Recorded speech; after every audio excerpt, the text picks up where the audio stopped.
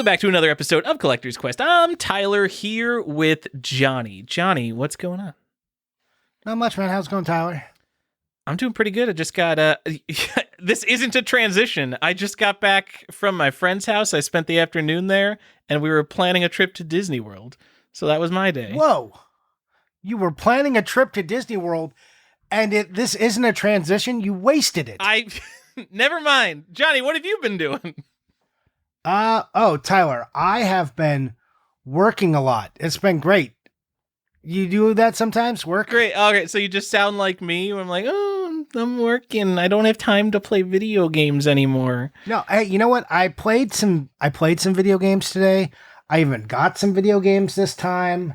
You know what? I've spent all the monies, Tyler. I spent all the monies. I did all the things. I don't know if did we talk about in the last episode? We went to Universal Studios, took my son. I went with another family. Like my family went with another family. Had a good time. Took JD to his first movie. Got to see Mario. Mario Brothers gets to be his first movie. How cool is that? Cool. How was that? It was good. You know, he was fully run down from running through Universal all day, and then took a nap, but it wasn't like a super long nap, so he was still tired, which like kept him docile in the theater. Because I was worried. He's only 4. I was worried about what was going to happen. But he did something I did not expect in the theater. So I don't know what kind of theaters you've been to or when the last time you were. But like, you know, they start to get these like bigger reclining seats now. Like, is that happening in your area? I've never seen a reclining seat in a theater. Okay. So that's like pretty much the standard here now. But anyways, so he gets in this reclining seat and he reclines it, which I'm like, okay, that like makes sense to me. Except he then turns around and lays down with his like hands like stomach down chin. On the seat. Yeah, exactly. Facing forward. And I was just like, I had not considered that as an option. And he sat like that through the whole movie and was like, good, and watched the whole thing. So, that's not interesting for most of you people. I just thought it was weird that he did that. And that had never occurred to me. I've heard all the theaters are crowded with children. We went to like a late one. It was the day it opened too. And it was not that crowded. So I don't know. I mean, it's been doing well in the theater. So most of the must have been crowded, but it was like a Wednesday. It was like a random Wednesday, you know, that it came out. And so I don't think I think the family day was like, oh, okay. That makes maybe sense. Later, you know, also we went at like 6. So it was like at dinner time. Sure. So did you like it though? I mean, did he like it here? It seemed like just like a reference fest type thing, but I guess it was also just like a generic-ish kids movie that kids love with its, you know, stupid faces. Yeah. So here's what I have to say to a lot of people, because there's been a lot of critics. I've seen like from like, I love this is a great movie, to this is mindless garbage. And it's like, hey, 45-year-old or 35-year-old, this isn't for you. What did you think this was? Like correct your expectations. You know, it's like, it's not dark. It's not gritty. It's fun. It's upbeat because, hey, it's a kid's movie. Have you seen Minions? It's made by this, or like Despicable Me, made by the same company. Yeah, it was fine, Tyler. I enjoyed all the references. I got all the little winks and nods, and that was fun. Do I think it was like amazing or a great movie? No, but we had fun. And if JD wants to watch it sometime, I won't hate that he wants to watch it again. But again, this movie is not made for me. This movie was made for children.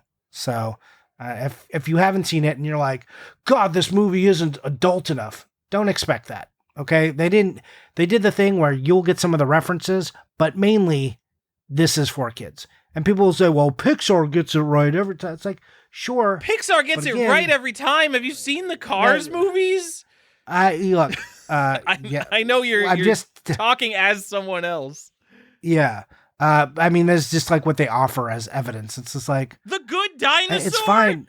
Guys. Yeah. Not that it was like actively bad, but it was actively boring.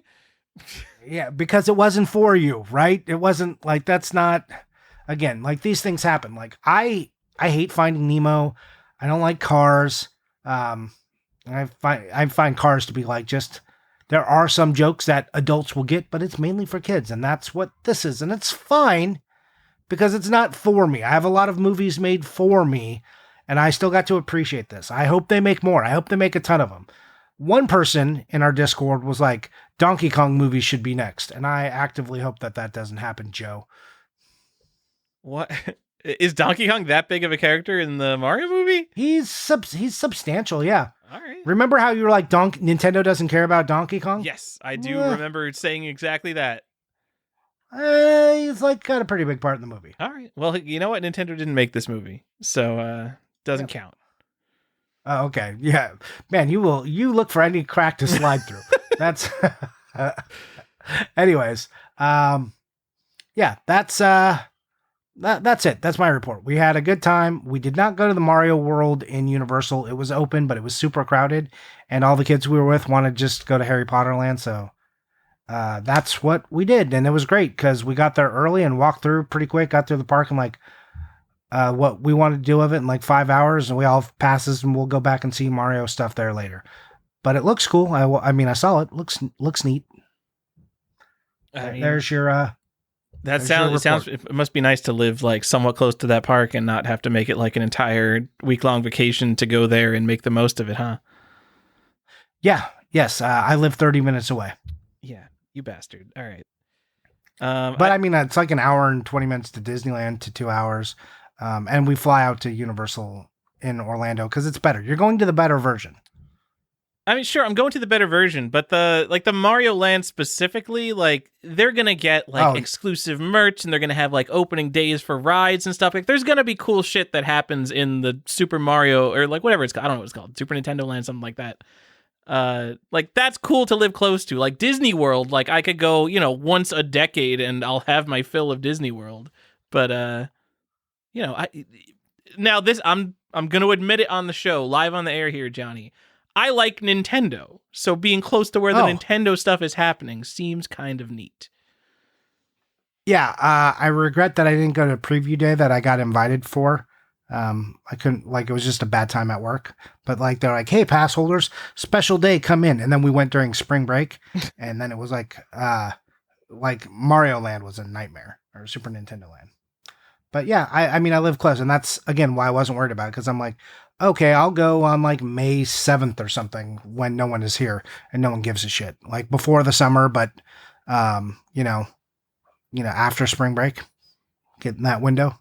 I mean, Johnny, speaking of planning trips around then and Universal Studios, I was at my friend's house planning a trip to Orlando, where Disney World is, which is Disney. Mm-hmm. So actually, let me explain this to kids, because I think some kids might not understand this. Before Disney was the coolest company that had all the franchises and all the kids like grew up with it, or before Nintendo was that, Disney was that to everybody else going back to like the 1930s or something. Just to give everybody a frame of reference here on what Disney is. Yeah, so if you've never heard of it, if you've never heard of Disney, well then boy do we have an episode for you. Yeah, we're going to go through all Disney the games. Most popular Disney games. Yep. That everybody Are you guys ready for have you ready for DuckTales, everybody? Woo. Everyone ready for DuckTales? Woo! Yeah. I think you are legally obligated to do that if you say DuckTales in that fashion. Pretty good job. Anyways, we're going to do that, and Rescue Rangers and Magical Adventure. Epic Mickey 2, guys, it's coming. We're about to talk about the collectability of Epic Mickey 2 for the Nintendo Wii. Let me tell you about Epic Mickey 2 and why it's scarce on the Vita. Epic Mickey 2's on the fucking Vita? What are you talking about? I don't know if it's 2, but it's part 1, and it's expensive. Oh, man. Do you remember, like, I remember at E3, when Epic Mickey was announced, like, people were excited. Like, I remember people being like, whoa, finally, the Disney game we've all been waiting for. And then it came out, and people were like, it was okay. It was good. It's okay. Yeah, it was good. Yeah. No, and you were correct. Epic Mickey 2 is on the Vita, and Epic Mickey 1 is on the 3DS. I had no idea that Epic Mickey games were even on handhelds. Well, that's interesting that you didn't know, Tyler, because what this episode is actually about is covering Disney games you probably didn't know about. What? So I don't know if you are aware of this, but Disney has made a lot of games, or been, they don't specifically, but they've been partnered, or people want to make games on Disney properties. This happens a lot. So there are a lot of games that are branded Disney or Walt Disney Studios, and all of that, and like many more. And then like you have all the Disney challenges. There's a lot of Disney material that was made into video games. So that means there's a lot you probably haven't heard of. And there's a lot, even though it's called, it's flagged as Disney, there's a lot that never even made it to America. So we're going to talk about some of those. We're going to talk about some that are in America that you've never heard of. We're just going to go. We picked them, and we picked a big list of games. And we said, we don't think people mostly know about these, and we're going to talk about it. If you do know about that one, well, then pat yourself on the back and, push your glasses up your nose and be like, actually, I have heard of that. Everybody knows that, and you can correct us. It'll be great. But for the rest of you, we just got a list, and we'll talk a little bit about it. All right. Yeah. Sounds like an episode, Johnny. I want to learn some things, because you are definitely the bigger Disney fan of the two of us. And you've picked some garbage that I've definitely never heard of. Oh yeah, I picked a bunch of stuff, and I'm glad that when you saw it, you went, I have never heard of this. That did make me happy. And it's not just that; it's I've never heard of this, but that would be cool to own, maybe. So, yeah, some of it will be cool to own. Anyways, shall we jump right into it with one that I think probably you have heard of this one? Oh yeah, Donald Duck's Speedboat, the unreleased Atari 2600 game that maybe would have been the first Disney game. I mean, obviously, we're all talking about Donald Duck's Speedboat.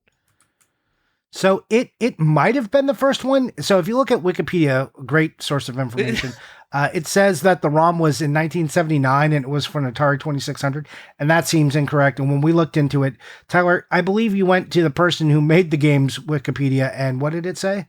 Yeah, it said 1982 on the programmer's page, which, given the timeline of the rest of Disney games, that sure seems a lot more likely. Yeah. The only thing interesting about this unreleased prototype is that the first Disney video game, not counting like the Game & Watches and stuff that we'll get into, is Sorcerer's Apprentice, which came out in 1983, which means that if this had been released, the first Disney game would have been a Donald Duck game. And not only that, a Donald Duck racing game? It's real weird. If you want to play it, there are ROMs available. You can get copies of this game. You know what? I just realized that we're doing like an episode, and I should know what we're talking about. I've never even seen this game, and I could have played it. Oh, okay. Man, this could have been the first Disney game, huh?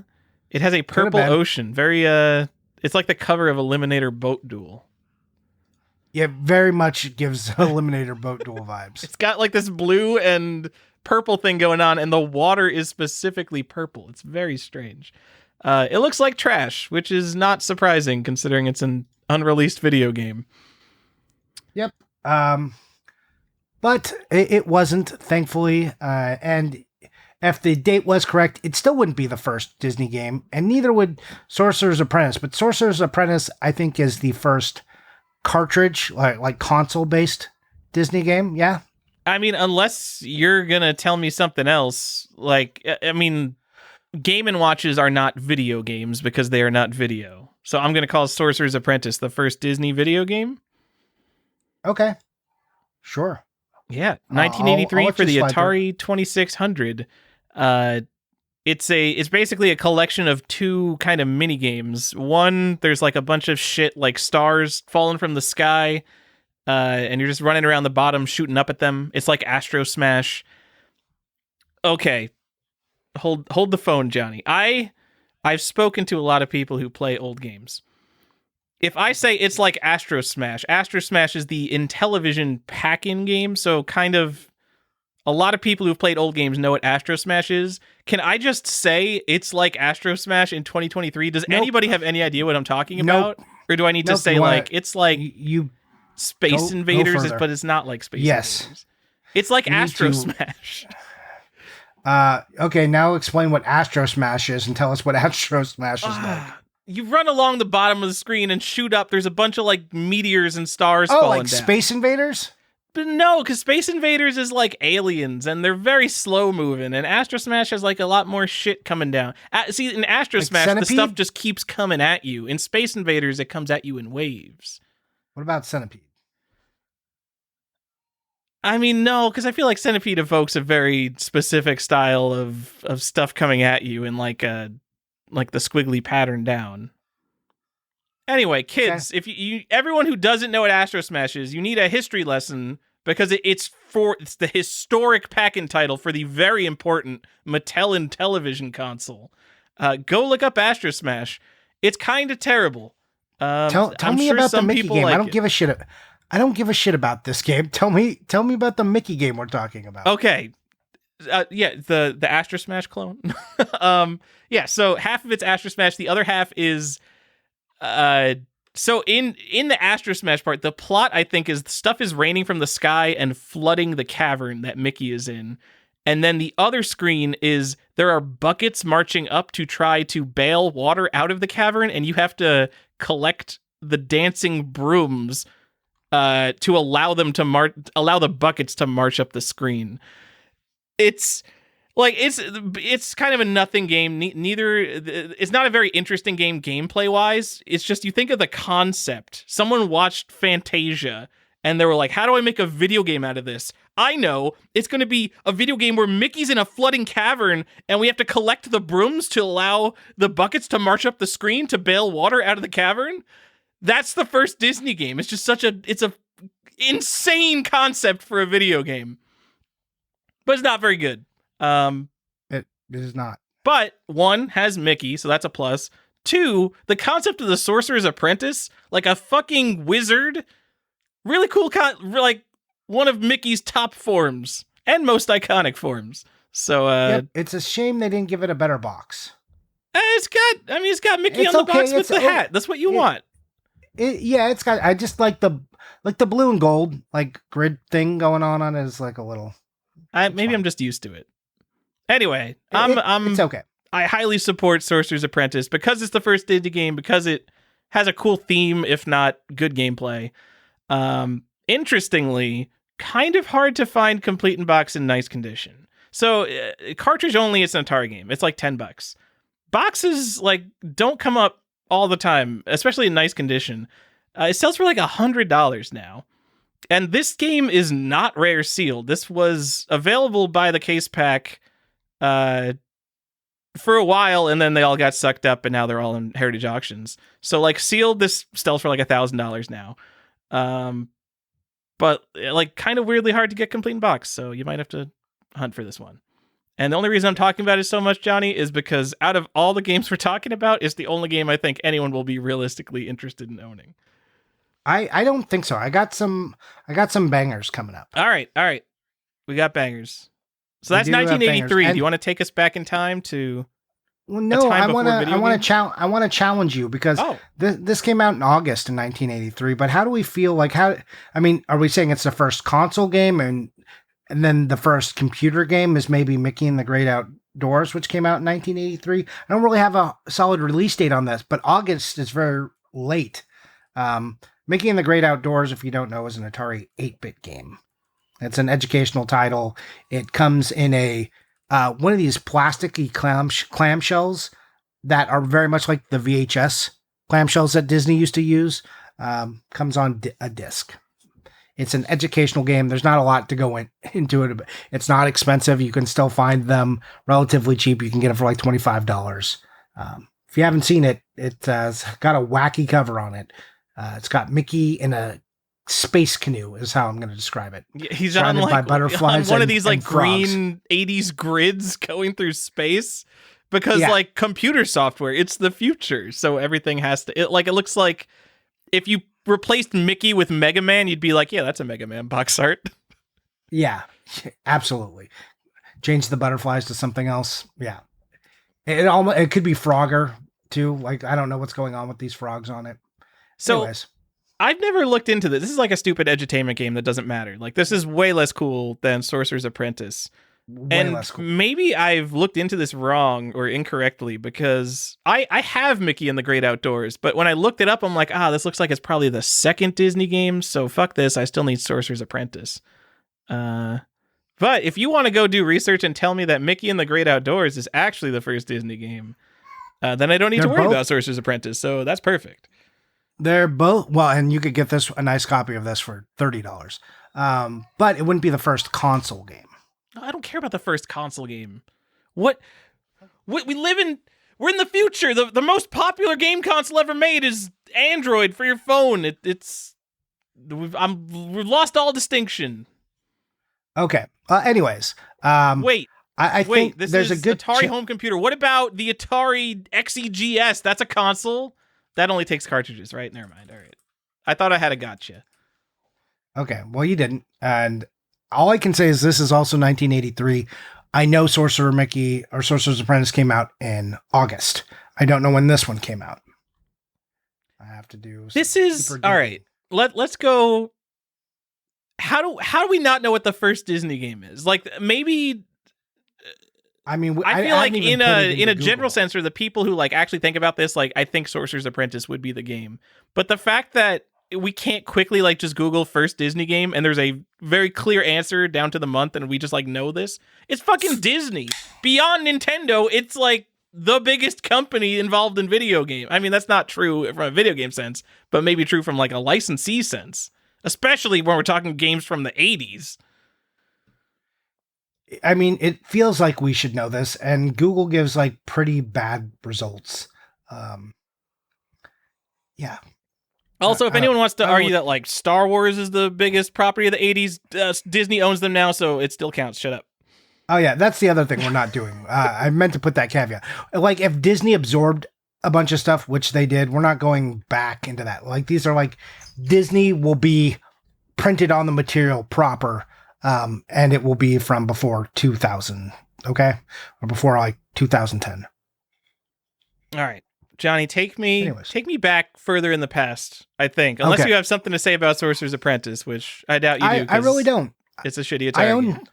I own it. I don't. How about that? Or maybe I do, but it's like not nice, and I want a nice one. Mine's not beautiful. I wish it was a little better. But anyways, you said these aren't video games. And you're like, we don't make distinctions, but you clearly are making a distinction. But let me tell you about some Game & Watch games. It's not video. You gotta define what video is, and Game & Watch is not. Okay, I mean, there's LCDs game? And there's like, what's the other one? VCD or VLDs or something? You know, the LEDs? other type. Like there's what the Coleco games are. The Coleco. Yeah. Are those LEDs? No, they're not. They're something else. Okay, well, either way, it's not video because it's not like a rasterized signal of wavelengths. That I don't know how you define video. What's video? What's video? But two different. Do we?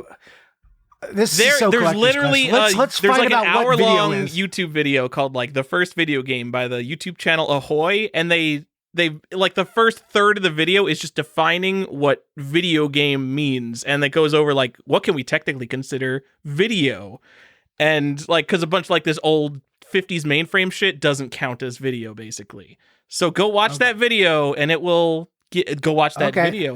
It'll give you a pretty good definition of video. I'm just saying, like, I look at it as like games packaged and designed, for kids, and I think this falls in the realm, and their associated properties. So I don't know. I tend to look at LCD games, not everything, but like a lot of them, and like kind of put them in. But I understand the argument, and I could see why we wouldn't count them. But I'm going to tell you about these anyways, because they're early Disney games. Okay, like what do you call? They're not board games. They're not. You would just like, they're they're just LCD games. Okay, so in the larger electronic game world that we're talking about, thanks for all of this. Like, sorry, all the people we lost. Mickey Mouse. There's just a Game & Watch game called Mickey Mouse. Came out in 1981. This is a widescreen one, which means, it's a rectangle. It doesn't have like a clamshell or anything. It's just a rectangle. Comes in the standard Game & Watch boxes. And it is the first Mickey game and probably the first Disney electronic game for all of you fucking technicality catchers. And it is a very simple game. Mickey is catching eggs. It's in black and white. It's $50 to $70 loose, but about $120 CIB. And you may, if you know anything about Game & Watches, seen this one because this is one that is like pretty available. This one turns up. They made a lot of them. It's Disney. But there's a weird version that was released for the Soviet Union from Electronica, and there's like multiple spellings of Electronica, so you're gonna have to look that up. And this came out in 1984. It's the same game called New Pogodi Mickey Mouse, and it's the same game, Mickey catching eggs, but they've changed the coloring on the front of the LCD. And there's also a version of this where instead of Mickey Mouse, there's wolf. It's like a wolf catching eggs instead. I don't understand what happened. Anyways, this was released in the USSR. It's in that time frame. I think that's just like kind of a neat thing. You can get them for like $100. They're all over eBay. They're not that obscure. If you want one of these, you can get one. I just thought that had an interesting tie-in. Okay, I've got a lot of things to say here. First of all, I'm a big pro on the Mickey Mouse Game & Watch. I like it a lot because I like the connection between early 80s Nintendo and Disney. I find that stuff really interesting. And specifically, like the Mickey Mouse Game & Watch, the fact that Donkey Kong was going to be a Popeye game, the fact that Nintendo made a Popeye arcade game, made the Popeye NES game. That early Disney Nintendo stuff is really cool. This fucking weird USSR thing, Johnny, what the fuck is this? And why are there so many on eBay? What are you talking about?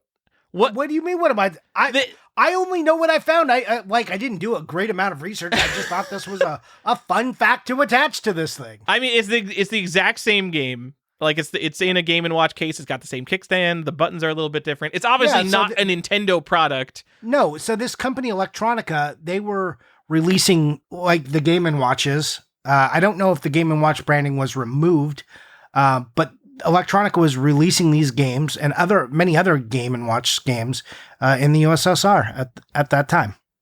They were the distributor and manufacturer. Why would Russia? There was like a goods. I don't know, and there was also like it was real hard to get goods in the USSR at that time because the Cold War was happening, and so they were always suffering delays and quality problems. It was real weird. So packaging was always like could be different. So, anyways, I just thought it was fun. Check it out. Like, go look at it. Yeah, I don't know enough about global geopolitics, I guess, but like I know 80s arcades in the USSR 100% different from America, which is fascinating because I mean there's so much like technology and game design that went on, between Japan and America. And then the USSR is in its own world and like all their games are entirely different. And like as far as I've seen, we didn't miss out on anything great, but it's fascinating to see like an entire age of arcade games that just don't exist anywhere else in the world. But if you're that isolated from the West that you're going off and developing your own series of arcade games, like I assume, wouldn't the government want to ban Mickey Mouse shit? Isn't that the most Western thing there is? Like, obviously this is like completely ripped off and a clone, but yeah, the most communist place ever, looking at the most capitalist thing ever. I don't know, like, I didn't look into it enough. I don't know if it's licensed or not. They may have. There's no fucking way this thing is licensed. It's a complete ripoff. It's gotta be, but I don't know enough about it. I assume that, but I don't want to make like a bold statement. I just wanted to tell you that this thing exists and to go look for it. And it did what it was supposed to, because you heard about it now from me and you're like, what is this? And you were fascinated. And it's got like the whole interweaving of the time that it was happening is what makes it interesting. The fact that they were releasing it in the USSR, like the Soviet Union was getting these weird Game & Watches and playing Mickey Mouse, which is the biggest contrast to communism there ever could be, is Disney. Okay. Right? Which great. So I like I like the original, like the real Nintendo Game and Watch Mickey Mouse, but because this is a fucking Mickey Mouse product that was released in the USSR and obviously like complete ripoff, I love this thing too. I think get both. Yeah, you know you what? can get for $100 I said a nice the one. only thing you'd be interested in was Sorcerer's Apprentice. No, we're getting the real Game and Watch and the ripoff USSR Game and Watch. Yeah, no, that one you can get CIB for $100. Anyways, and I'm not going to spend too much time on this one because if you follow the Game and Watch, this isn't too obscure. But the second one they made was Mickey Mouse and Donald. What's interesting about that, this is 1982, becomes the first Donald game unless you count Donald Duck's Speedboat. So this is the first time we're seeing Donald, but it also features Goofy in it, and it's also them fighting. So what's happening in this LCD is they're putting out a fire. And Donald Duck is on top of the building, and Goofy is in the fire truck, and Mickey is pumping the water. So it's a multi-screen one, so that it's a clamshell style, so it flips open. But it's interesting that it's the first Donald game, and it's the first Goofy game, even though they do him the courtesy of putting his name on the title. It's not completely uncommon, but a loose one. Like Game and Watches are very dependent on condition. Same with the boxes. So $20 to $60 depending on the Game and Watch you're buying. If it's loose, like $120 CIB up to like 300 depending on what's going on. They're not that common. But here's the one I really want to talk about. Do you have any questions on this one before I move on? I mean, I don't have anything to say about this stupid Game & Watch other than the fact that like Goofy really got shafted here. Yeah, this is I mean, there's an entire screen. So it's a 2-screen Game & Watch. Mickey and Donald are on the bottom screen. Goofy is on the top. He has his own screen and he doesn't get a mention in the title. No. Goofy is on the bottom with Mickey. Donald's up top by himself. Oh, is that Donald up top? Yeah, that's Donald. on these old Game & Watches, it could be a little bit hard to tell. Okay. Yeah, because these ones are like mostly black and white. All right. Yeah, I still think he got shafted, but go on to something. I did too. So this is another Game & Watch. This is Mickey Mouse. Again, why are we have another Game & Watch called Mickey Mouse? But this is from February 1984. It's a panorama. If you don't know what this one is, so this has got like 2 LCDs in it, one on the bottom, one on top, and it kind of reflects down. It's a weird thing. Look at a panorama. So you know what I'm talking about here. It's hard to do it justice with words. No, paint a word picture. People are listening to this in the car. They're not going to whip out their phone. And I'm intentionally not looking at this to make sure you describe it well enough. Okay. So it is a purple clamshell that flips up, but doesn't flip all the way open. It keeps the second LCD at an angle, and then the bottom one is below it. And there are images on both LCDs, and they reflect down on each other to layer the image. Okay, to create more movement on the screen. So am I looking at one screen that's made up of It's almost like a pepper ghost screens? effect. Yes, you're looking at the bottom screen to see what's happening. You're only looking at one screen, even though there are 2 LCDs. Very much like a pepper ghost effect. Cool. Pepper ghost? You don't know pepper ghost effect? That's what they use in Disney's Haunted Mansion. That's where it comes from. Pepper, I think, was the inventor. So there's like a glass, field. Yes. And then there's another one behind it, which reflects that. That's what makes the ghost look like they are there when they're really in a room behind that. And it's just, you're seeing the reflection. Okay. Thank you. Sorry if I'm spoiling Haunted. Okay. Anyways, this thing is rare and it's expensive, even though there are estimates that there were 100 or 10,000 to 50,000 made. Some estimates even put it at over $250,000, which seems crazy, were made and sold because this was apparently very popular. But also, if you go to eBay or anywhere to find it, it's just not like really there. So it can cost you as much as $350 to $700 for a loose one, and the only CIB one I saw was $1,500, except for a couple of like graded and sealed ones, which they were asking like $15,000 and $80,000 for, which is insane. Here's a fun fact on it, because there is a Donkey Kong Circus on that was also a panorama Game & Watch. These are also neat because this is more color, like the images are all in color on this one, so like that's fun. But there's a Donkey Kong Circus, and we speculate that they got the codes wrong for the game because Mickey Mouse is listed as DC95, and Donkey Kong Circus is listed as MK96 as the product code. Imagine someone like literally mixed up two forms fucking 40 years ago, and we're still talking about it today, Johnny. Yep, you fucked up, and we are not letting it go. Bob, we know who you are. Love mistakes. They do. Mistakes make things more collectible. It's true. I mean, it is. Also, this is more of Mickey in a circus. So, also, the Donkey Kong in a circus. This is Mickey in a circus. I don't know what's happening here. But also, Donald is in this game as well. So, we didn't go Mickey and Donald this time. This is just Mickey Mouse, even though Donald is big in it. You're on a ball and you are juggling pins and you have to dodge like fireballs and or flaming torches and stuff. It's interesting looking. It's actually like pretty cool to see what this game is. If you've never seen a panorama, I do suggest that sometime when you are not driving or doing the dishes to have a look at one, because it is an interesting style Game & Watch that is not often seen. So I don't know a lot about the panoramas, but Game & Watches and all sorts of LCD games, they're emulated in MAME, like painstakingly. Like each game has like their fucking LCD graphics cut out, and like I assume it takes a lot of work to come up with an emulator for each of these LCD games individually. But it's really cool. You can play a lot of them just on Internet Archive. I don't know about the panorama ones, but yeah, they're available, I think. Because I'm just going to take a wild guess that the majority of our audience is not a Game & Watch collector who's going to go spend $300 on some rare $350 at the minimum for a loose one. Yeah, Game & Watch collect, like when you see a Game & Watch collector's collection, it's like, oh, they have 200 different complete in box Game & Watches. They're a Game & Watch collector. Whereas like the rest of us normal people are like, I'm going to buy like the Zelda Game & Watch and like a Donkey Kong, and I think I'm good.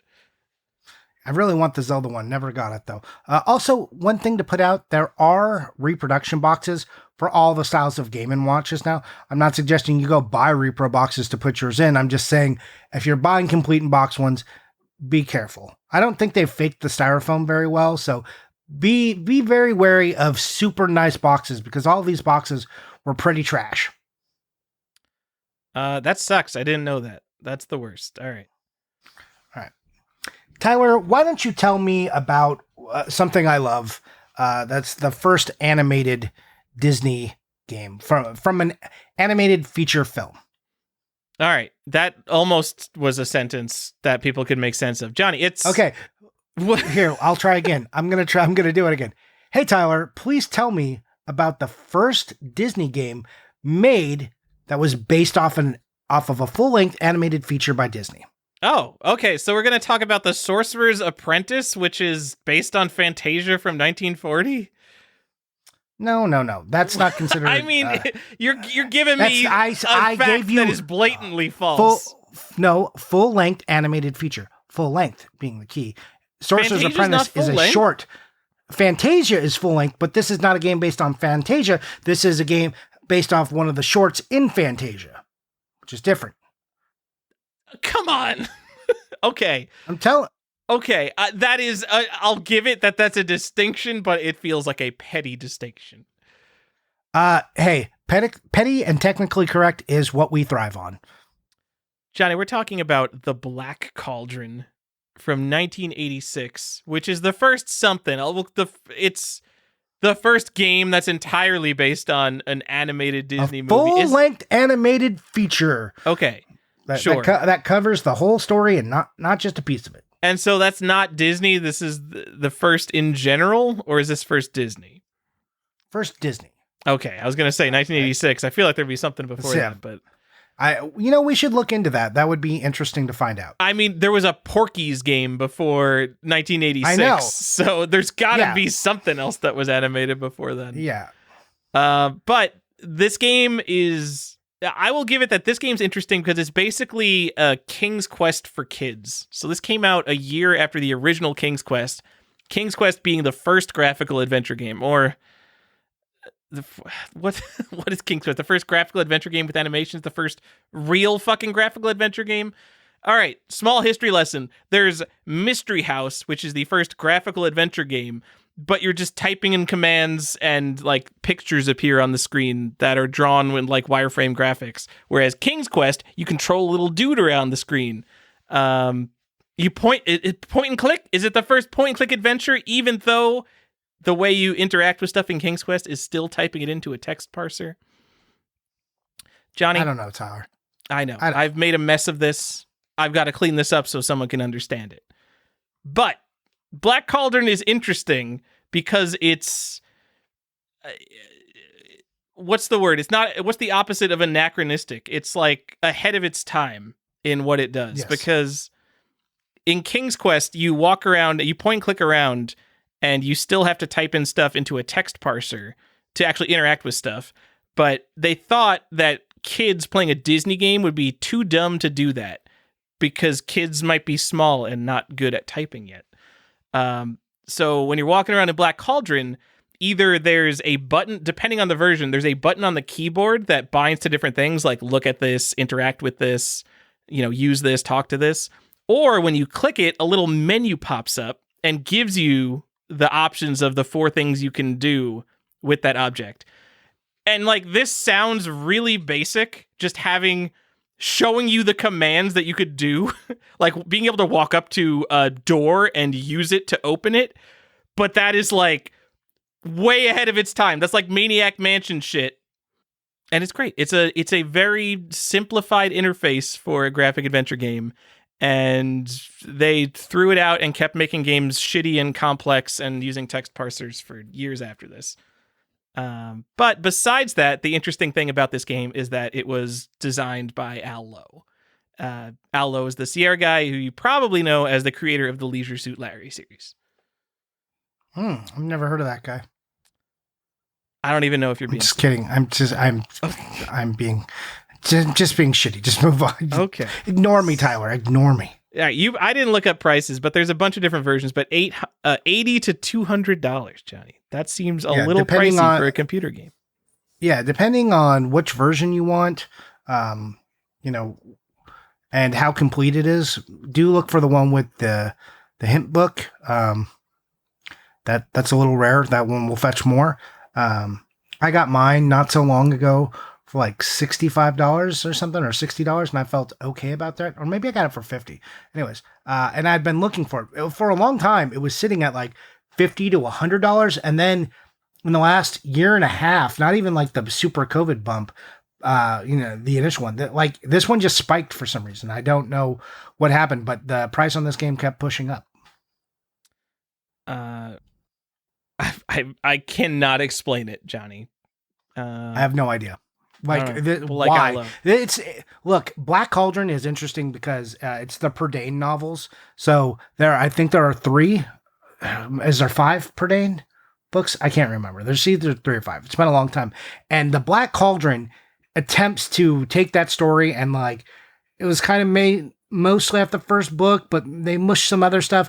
Disneyfied it, right? They added characters that didn't exist, but this movie went through development hell, right? So it was too dark, and then it was like not true enough, and they it just was fought in studio. It went through a lot of stuff, like it was going to be shelved, then it got brought back. So a lot of weird things happened in this, and it's such a weird choice to be like that they made a game for it, honestly.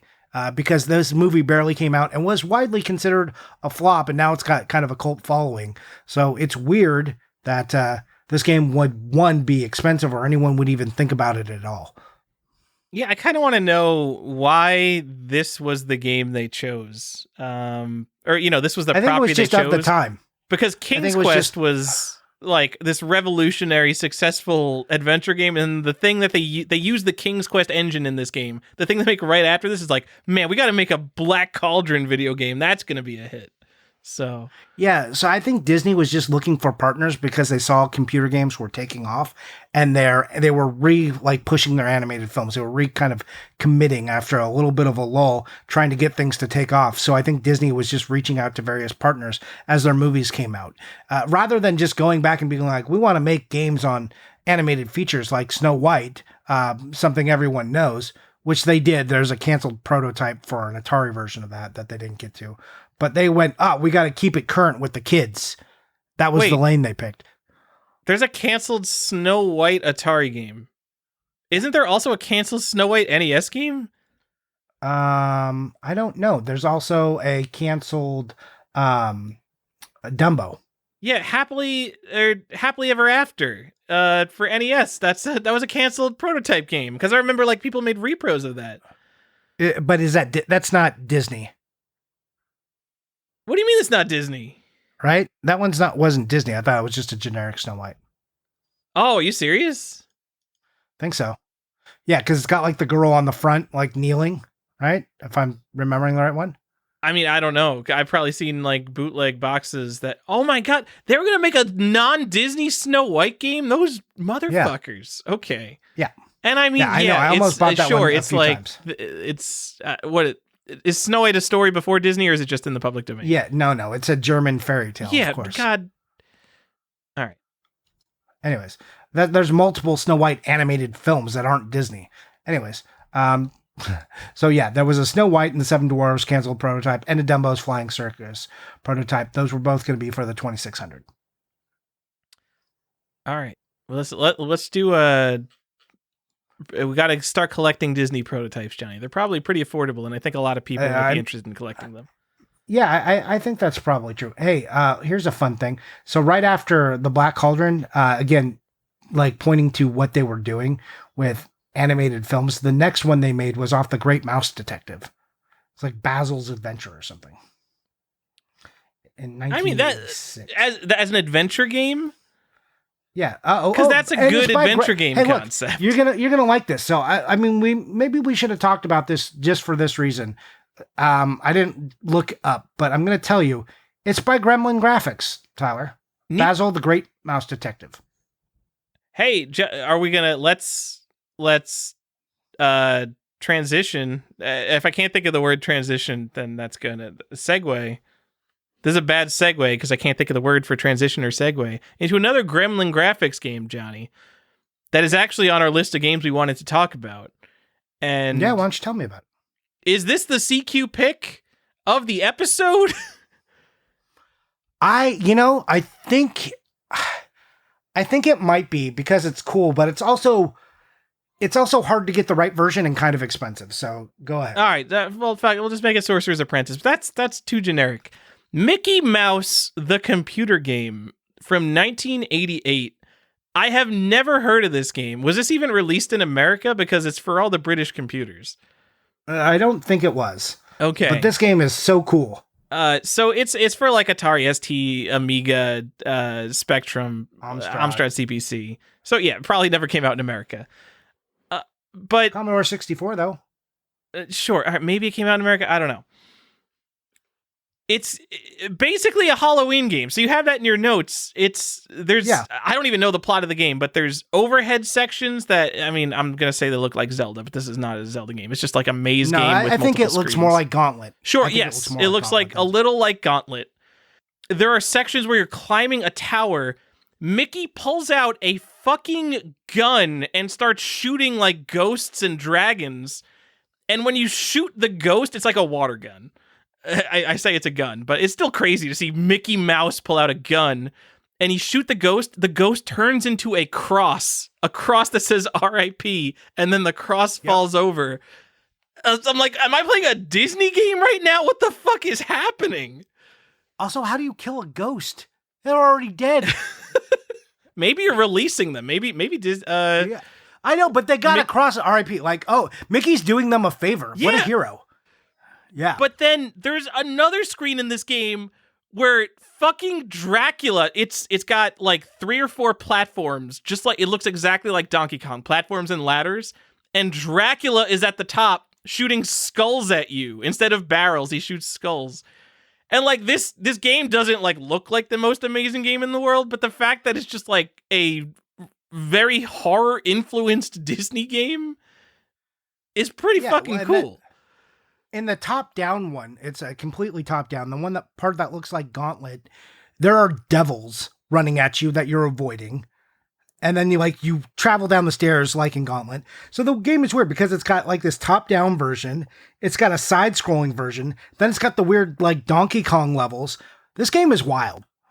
I don't want to oversell it because I don't know if it's a good game, and if I had to guess, it's probably not like amazing. But no, it's probably like terrible. the fucking devils. So okay, when you're looking this up, I think you got to make sure to find like the Atari ST or the Amiga version because the simpler games don't have as much cool shit. Especially, I know the simpler ones don't have like the devils, but just like red devils with horns, and Mickey Mouse is there throwing fucking hammers at them like he's playing Gauntlet. Are devils canonically in Disney canon? Like, is Satan someone that appears in one of these old Disney movies? Yeah, there's been many depictions, I think, of like evil things in Disney stuff. All right, I mean, maybe Disney's just a lot more metal than I've ever given it credit for. I mean, look at some of the old Disney stuff, pretty metal. It's all of this. It's like the fact that this exists. If this was called like Mickey's Spooky Halloween Tower Adventure, like I'd get it. But the fact that they were just like, hey, you have free reign. We're giving you Mickey Mouse, the video game. Is this the first one? Like, this is kind of the first one that's just like, this is the Mickey Mouse game. And they made it like this weird horror Halloween theme. And like nothing about it on the cover says it. Like it's just Mickey holding a joystick on the cover of this box. No, it's like all white and happy. It is the most generic looking box you've ever seen with the most generic name. Mickey Mouse, the computer game. It feels like a Trojan horse. Yeah. It's almost like they wanted you to give it to your 5-year-old and your 5-year-old would be like, oh, this is fucking awesome. I love all this like spooky shit. Yep. So yeah. Big thumbs up to Mickey Mouse, the computer game. You didn't even put a price. You just wrote, it's hard to find and expensive, which is a huge bummer. Okay, yeah. So you can buy like a Spectrum version. You can buy like the shitty version for $10 to $30 or euros, pounds, right? So you can go get those. Also, searching the title just Mickey Mouse, the computer game isn't great. There's some challenges finding the right version of this game. But if you put in like Mickey Mouse, Amstrad, suddenly it's like there's one like $200 and then there's like a $2,000 version. I don't know what's going on with the prices. And there's it's if you don't get the Atari ST or the Amstrad version, right, you're getting kind of the wrong version, and those two happen to be the most expensive. If you just want to buy it to like say you own a version, then you can get it for like $30. But if you want the right version, it's probably more like $200. Okay, so at least there are jewel case only ones. I don't know if this had a box. It probably did, but you can get like just a jewel case for like £25, and obviously like the Spectrum version you can get for like $3. It comes from there's one that comes with a tape. Computer. Yeah, tape, and I think the Amstrad CPC. I think that one comes in a disc. It might have both versions, but you're just gonna have to look on this one. It's the problem with all like the British microcomputer bullshit. That's just like so many different versions. Getting the right one and knowing exactly what you need to get is kind of a pain in the ass. I agree. I mean, maybe that's a good reason to not load up on garbage and to buy with intention when you're buying this stuff, because there's so much of it. Make sure you get something good like Mickey Mouse, the computer game, a cool game that no one's ever heard of in their life, and no one will care if you own it. So you're gonna just have to feel good owning that all on your own. It's such a cool game. I can just imagine you walk into someone's game room and they bring you over to Mickey Mouse, the computer game. And it really is just the most generic looking box, like Mickey Mouse standing there holding a joystick. Nothing about it screams that it's like spooky or cool. And then they're just going to be there explaining, you don't understand. This is the Atari ST version. This is the version with the fucking devil in it. And you're just like, oh, yeah, wow, that does sound better than the Amstrad CPC version. Yeah, you don't want the one with Dracula? To confirm, I don't know if the other versions are missing Dracula or anything. I don't know. So I just I watched the Atari ST version, but I like kind of tabbed through the older computer versions, and they seem way less cool. Which is, I mean, it makes sense. Like obviously they're much less powerful, but yeah, I don't know if they have Dracula and all that stuff either. So there is a cool like comparison video where you can kind of see someone did you a favor and they like put all the versions on one video that you can kind of just tap through so you can see what they all look like. So make the choice for yourself. Johnny, coming off that high, 1988. That's the high of 1988. I think we're going to the low of 1988. Go to the now. low. Please go to the low. Yeah. That was the British game, and now this was definitely an American game. Matterhorn Screamer for American computers. Sounds cool. Apple II, Commodore, DOS. This sounds great because it's based off like a Disney ride. Is this the first Disney game based off one of their rides or with the ride in the title? That sounds awesome, Tyler. It's got to be good, right? Johnny, that's fucking cool. This has like a pretty good box art too. Like it's got Goofy and the Matterhorn on it, and it's a dedicated Goofy game too, though, which is awesome. It's a dedicated. After he gets shafted on the Game & Watch game, he gets his own computer game. We got a Goofy game. It's not in the title. I kind of like that it's not in the title. It doesn't even say like Disney's Matterhorn Screamer. They're so confident in their branding over the Matterhorn, a fucking mountain that Disney doesn't even own. They're just like, Disneyland. The Matterhorn is so identified with us, we could put out a video game about Goofy, and we don't even have to put Disney or the word Goofy in the title, and people are just gonna know this is a Disney game. I think that's fucking cool. They don't even do that now. They still have to be like Epic Mickey. The only thing you get is like Kingdom Hearts, which is another mess. That's like an interesting story. But this is also the first dedicated Goofy game because there are many after it, and this is the first one. Johnny, this game fucking sucks. So bad. So terrible. You could go play it on Internet Archive if you want. Oh. This is a platformer. So it's a single screen platform game where it's going to draw like 3 or 4 platforms on the screen, and you have to jump up on them with Goofy and collect all the flags, and then there'll be a rope at the top of the screen, and you jump to the rope. And it's slow, it's unresponsive, and Goofy's big and awkward, and sprites look terrible. The platform genre is kicked off in 1981 with Donkey Kong, and we had all these amazing games. You know, you could take what you leave if you don't like Pitfall and the really old stuff. You get into like 1983, 1984. There's some really cool video games that are like still really fun to play. I really like Mountain King on Atari 2600. That game came out 6 years before this stupid Goofy game. But then there's like Manic Miner, Miner 2049er, Jumpman Jr. There's all these super classic platform games on these old computers they have like horrible graphics, but they're all still super fun to play still. I don't understand how this game is so fucking horrible. There's like no gameplay. There's nothing interesting about it. It's super slow. But it's a Disney game. Everything about it is so cool. I love the name. I love that it's a Goofy game. I love that it's not in your face that it's Disney. Oh man, it's really disappointing, Johnny. It's super disappointing. This game should have been cool, and it just looks like a really bad Atari version. And I think Atari games are better than this. Yeah, I mean, and this is 1988. What is happening? So bad. Very disappointing. Do not recommend. Hard pass. All right. Anyway, it's like $50. Johnny just bought one.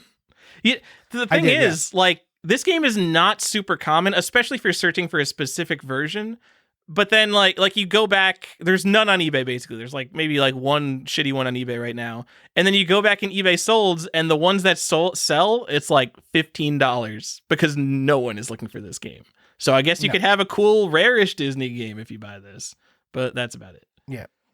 Yep. If you're super into Goofy and to first and things like that, then this, but this is not a hard recommender. Real Goofy collectors go for Mickey and Donald Game & Watch, Johnny. I think we've established I think that's the true first. But that, as you know, is not actually a video game, Tyler. That's an electronic game. Course. So, yeah. I just want to say, the Mickey and Donald Game & Watch, so Mickey is on a ladder. So the majority of this game, Mickey is on a ladder pointing his finger at Goofy. Goofy is pumping the water in the fire truck, and then Donald is he's up on the top of the building shooting the fires out. So Donald is doing the most work. Donald's actually putting out the fire. Goofy is pumping the water. He is doing the second most work. And Mickey is the fucking manager. This is another like capitalist nightmare in a video game. But then after you put the fire out, Minnie appears on the right side of the screen and Mickey goes over to her and hearts appear. Mickey, who has done the least amount of work in this video game, gets all the credit. He's the fucking manager. I and fucking his name is hate first, it. too. Goofy deserves to be on the title of that Game & Watch.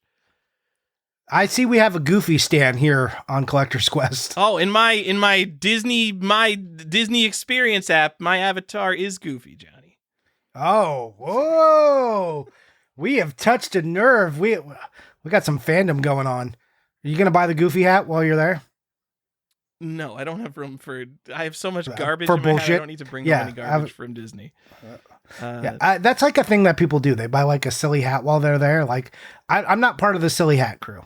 And I'm not talking about ears because that's like a thing you do. Like everyone should get a pair of ears if it's their first time or whatever. But I'm talking about there's specifically, you will walk around Disneyland and you'll see that there are people and they are specifically silly hat people.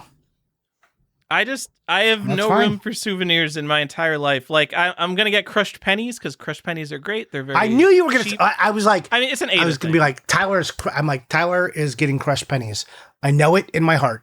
Johnny, not only do I buy new rolls of pennies, I got a roll of 1943 steel pennies, and I polished them in a rock polisher Tumbler? to get like all the rust off. So I've got shiny steel pennies, so I can make special crushed pennies. For anyone else who is thinking about doing this, because like I don't even know how many people have tried this, steel pennies do not crush as well as zinc pennies. So maybe don't do that. I bet it's also not good for the dyes in those machines, but it is very unique and cool. And fuck the police, you can't stop me from doing it. Okay. Yeah. I mean, you're rock and roll. I'm not stopping you. You know, actually, this doesn't even matter anymore because crushed pennies machines don't even let you put in the pennies anymore, especially at probably Disney World. It's just going to take a credit card and like spit out 8 pennies at a time. It really kind of ruins the magic. That was like half the fun. You put it in, you put your quarter in, you push that slot in, and you see it. Yeah. Does that not happen anymore? Oh no. Oh, is this not? Are you not up to date on the state of the crushed penny market? Here, Johnny, let me tell you about this thing called inflation. So a classic crushed penny costs 50 cents plus your penny, right? But yeah, even though like collectors would walk up to a machine and they would buy all of them, so they would put in $2. That's still not enough. So what? And no one carries pennies on them anymore because we live in the world.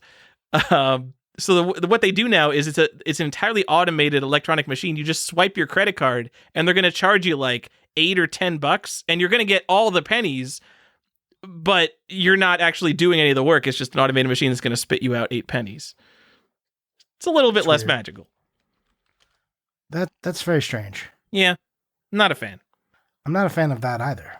That does that really puts me off, Tyler. Because my wife's the person who she literally carries around pennies and quarters just in case she finds a penny crushing machine as we're out and about in the world. And like, does she have being like prepared for that? 'Cause, like, how many people are going to be prepared for this situation? She's prepared for when she finds it. But if it's just a machine that takes a credit card, it takes the magic out of being prepared for it. And it's just like, okay, let's swipe, spend $8, get some pennies. That sucks. Does she have a book for it? I'm just curious now. We have filled up books. We got multiple books. Oh, shit. Yeah. All right. And this started at Disney World because she went as a kid and she couldn't afford anything. So she just started collecting all the pennies. It was the souvenir of poor kids everywhere. Yes. And I love it, Johnny, because it's currency. So it technically counts as a cool collecting hobby. Huh. All right. I mean, please try to spend that somewhere. Okay. What's next on the list? Some bullshit PAL game that no one cares about because no one cares about PAL games. I'm sorry, we have so many European listeners. Johnny, Beauty and the Beast for NES. This game is cool, and I think more people know about this than probably most of the other games on this list. I'm gonna tell you, I think I bought this game accidentally. when I was like relatively new to collecting video games, because I was just browsing eBay for NES games I didn't have, and I was like, Beauty and the Beast don't have that, so that's why I have this. Do you have it in box or just the cart? I have it in box. Is this expensive? expensive? You want to sell it to me? Because I got this. You want to sell me one? Oh, I mean, it's kind of expensive. Do I want to sell it to you?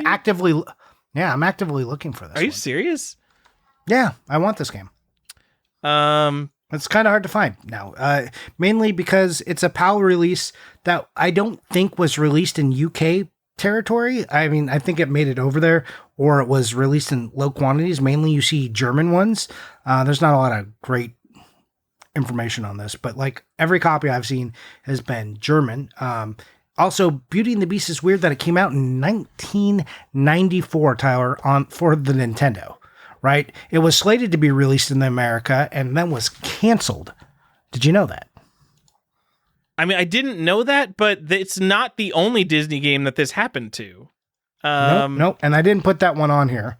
But you can talk about it if you want to. Yeah, I know. So I'm guessing Beauty and the Beast is the most expensive and desirable of this. I didn't even compare them because I have a Lion King thing to talk about later. Okay, so the Lion King came out in 1995, and it's a really shitty. It's so bad. It's like a Game Boy game on NES in like a bad way. It's a really, really awful version of the Lion King. But then also Aladdin. Did Aladdin come out in America? No, I don't think it did. Because Aladdin, it's based on, it's like a shitty version of one of the other Aladdin games too. Like, why are all these Disney games coming out in Europe? I don't know. Maybe there's just a greater hunger. Also, that's what I was talked about in the beginning of the podcast. I don't understand like Disney games that didn't make it here. I don't get that. Like some of them, like maybe, but like Aladdin and Lion King, it's probably because the Super Nintendo versions were just like right there and available. So why would they go backwards in America? So I'm still looking here. Like, is this a Game Boy port? Like, all these games look really, really bad. I know the Lion King one I think is a Game Boy port. Aladdin basically looks like a Game Boy port. I'd be surprised if it's not. And I'm not sure about Beauty and the Beast. I think these should be a trilogy. You shouldn't just be talking about Beauty and the Beast. We got to talk about all of them. This is an interesting set because they're all kind of uniquely European. You're right. Well, do you want to dig into it, or did we just cover? I mean, I think we kind of just covered the fact that it's weird that these exist, are very late NES releases, and they're extremely bad. I'm not gonna call Beauty and the Beast bad. I haven't played that one. The other two are definitely bad. I think it got medium reviews. Okay, Beauty and the Beast, I'm gonna definitely call the most interesting of them. Also, it also looks like the realest game. It doesn't look like as bullshit as the other two. Because I would not consider Beauty and the Beast a property ripe for making a video game. But I guess it was the 90s and they're like, something popular? We got to make a platformer out of that. And they did. I mean, great. Pretty much. I don't understand. Like, also there's like for Lion King, there's like a weird version that like is like a weird repro that's numbered. I don't know if this was like a Time Walk Games thing or something, but they're out there. There are reproductions and they are asking a lot of money for those. So if you're looking for this game, don't get caught up in that. I'm not sure what the prices are on real copies. I will tell you, Beauty and the Beast.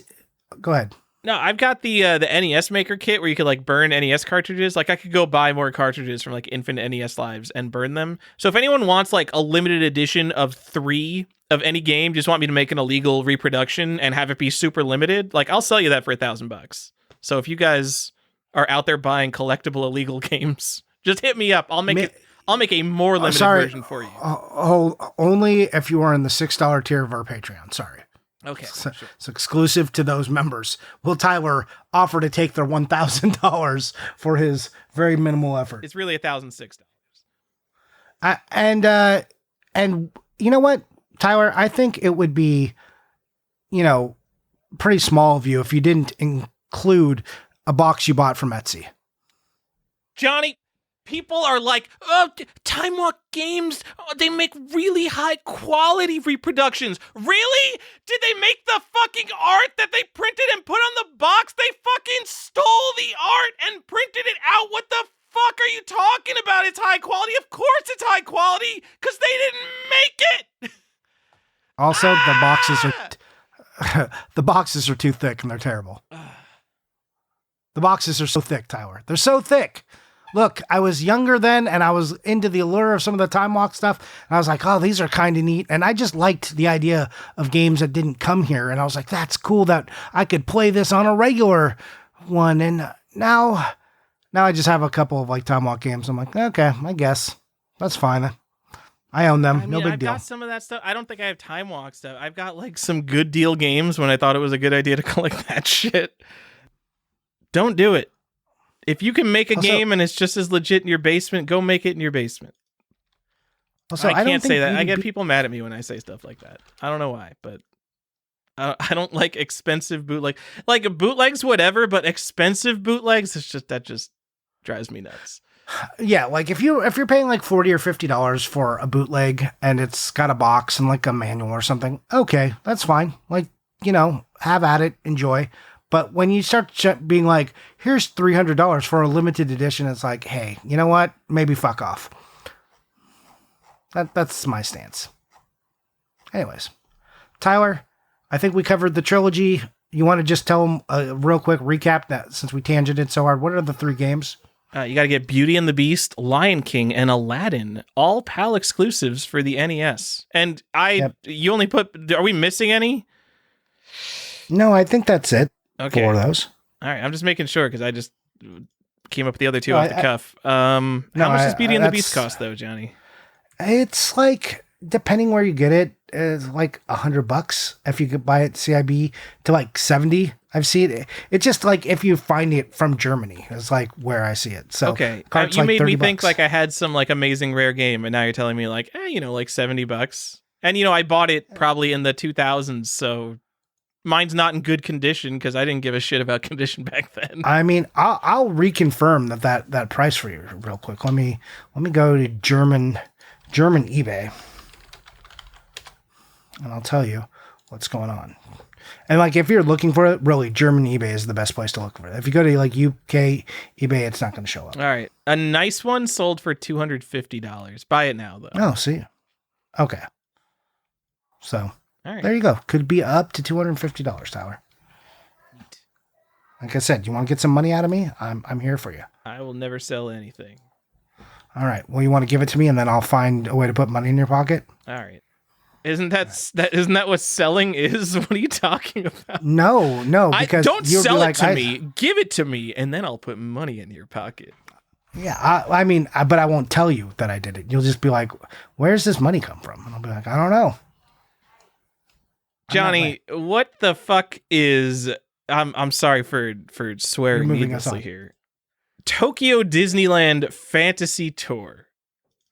Well, Tyler, I'm glad you asked. This is a game that came out in 1998 for the Game Boy. Are you excited yet? Pokemon. No, you're not. Pokemon came out in 1998. You're not. Here, let me give you some more. It's the first Disney rhythm game. Is that exciting? Cool. Did you know? Just a few did you years know that before Disney has Wait, is it 1998? When did the DDR Disney mix come out? I believe. Hold on, I'll tell you because I have it in a list. Oh, 2001. Okay, that was a late release PS1 game. Okay, so sure, it's the first DDR or first Disney rhythm game in a long history of Disney rhythm games. By the way, like, there's more than you would think. On Game Boy? Yes, on Game Boy. Here's the best part about this game. It's not very expensive, Tyler. It's $35 to $50 CIB. You could get it. It's got kind of an interesting cover. I think it's like a fun one if you care about Japanese Game Boy games. I think it's exclusive to just Japan. And that's all I really have to say about it. Is this a rhythm game? I'm looking at this. It is classified as a rhythm game. It looks like this doesn't look like a rhythm game to me. It looks like a bunch of shitty mini games. What is it? Mickey Mouse Capade? No, it's not Mickey Mouse. Adventures in the Magic Kingdom. It looks like a Game Boy version of that, except instead of regular mini games, they're even shittier Game Boy sized mini games. I guess one of them's probably a rhythm game though. Yeah, I mean, I'm just telling you how it was classified. Again, this information is not like 100%. I have not played this myself. I literally just found out about this one today, even though I've gone through this list before. I was like, wait, what is this one? Because I don't look too hard at rhythm games. I'm like, oh, okay. So I just thought it was fun to throw it. I literally threw that in for you because I know you like rhythm games. Okay. I mean, I do like rhythm games a lot. I was playing some U-Beat today, which is an iPad rhythm game. So I have one last thing to say about Disney rhythm games. So, I mean, we're all familiar with DDR and Disney. There are Disney versions of DDR games that did not come to America, like on the Game Boy Color. By the way, it's also on PlayStation. There's one, but that came out in America. Here's a fun thing. Have you ever heard of the Poppin' series? Yeah. Okay. Johnny, I had someone in a garage custom build an arcade style controller for me before you could just like go buy those at retail. Okay. Yeah. So anyways, Disney, look, I didn't really know about Poppin', but there are many Poppin' games and they still continue. I own a Poppin' game and I didn't realize it, and it's on the Wii, but I did not realize it was such a big series and that it had been around this long. But there's also a Poppin' Music Mickey tunes. And these are made by Konami, so same maker as DDR. Yeah, I guess if you don't know, Poppin' Music is a big arcade control panel, and it just has 9 huge buttons. So 5 on the bottom, 4 on the top. You can imagine it kind of like piano keys, except they're those big, like 3-inch arcade buttons. And typically it has very cutesy music, and it's hard as absolute balls. Like one of the absolute hardest rhythm games. So super cool. I wonder if the Disney version's easier, but I don't know. I don't know, but you could go get Disney Poppin' Music Mickey tunes for the PlayStation or the Game Boy Color. It's also available in arcades. Really? There's an arcade release of a Disney specific Poppin' Music? That's funny. Yeah. All right. Anyways, fun facts. Move us on to something you do want to tell me about. Also, more specialty controllers. Tell us more, Tyler. Hold on, Johnny. I just want to talk about Tokyo Disneyland Fantasy Tour. Excellent name for a video game, by the way. Looking at it, I'd say like execution is probably maybe as good as it can get for Game Boy, but even as a kid, I wanted a video game where I could go to an amusement park and just like walk around and have a fun amusement park experience. Maybe give me objectives, maybe give me goals, maybe give me like some kind of money system so I can earn currency, and then have rides as the mini games, but I want more of an overarching goal to the game. I don't know exactly what I want, but I wanted a game where the concept of the video game is that I visit an amusement park and I just go have fun there. Ideally, a real amusement park or like a popular fiction one like Horrorland from the Goosebumps series. Like the Disney Connect game? Yes. I feel like the Disney Connect game was the first one that's like, yeah, this is basically what I wanted. And like that game was okay. I mean, that wasn't like a masterpiece, but I think that's the closest to what I got. But why? How is this? Was I like missing some kind of game from, the 80s and 90s or even 2000s up until that Disneyland game that had this as a concept? And I know there's like a really shitty Orlando one, Universal Studio ones on GameCube. That one doesn't count.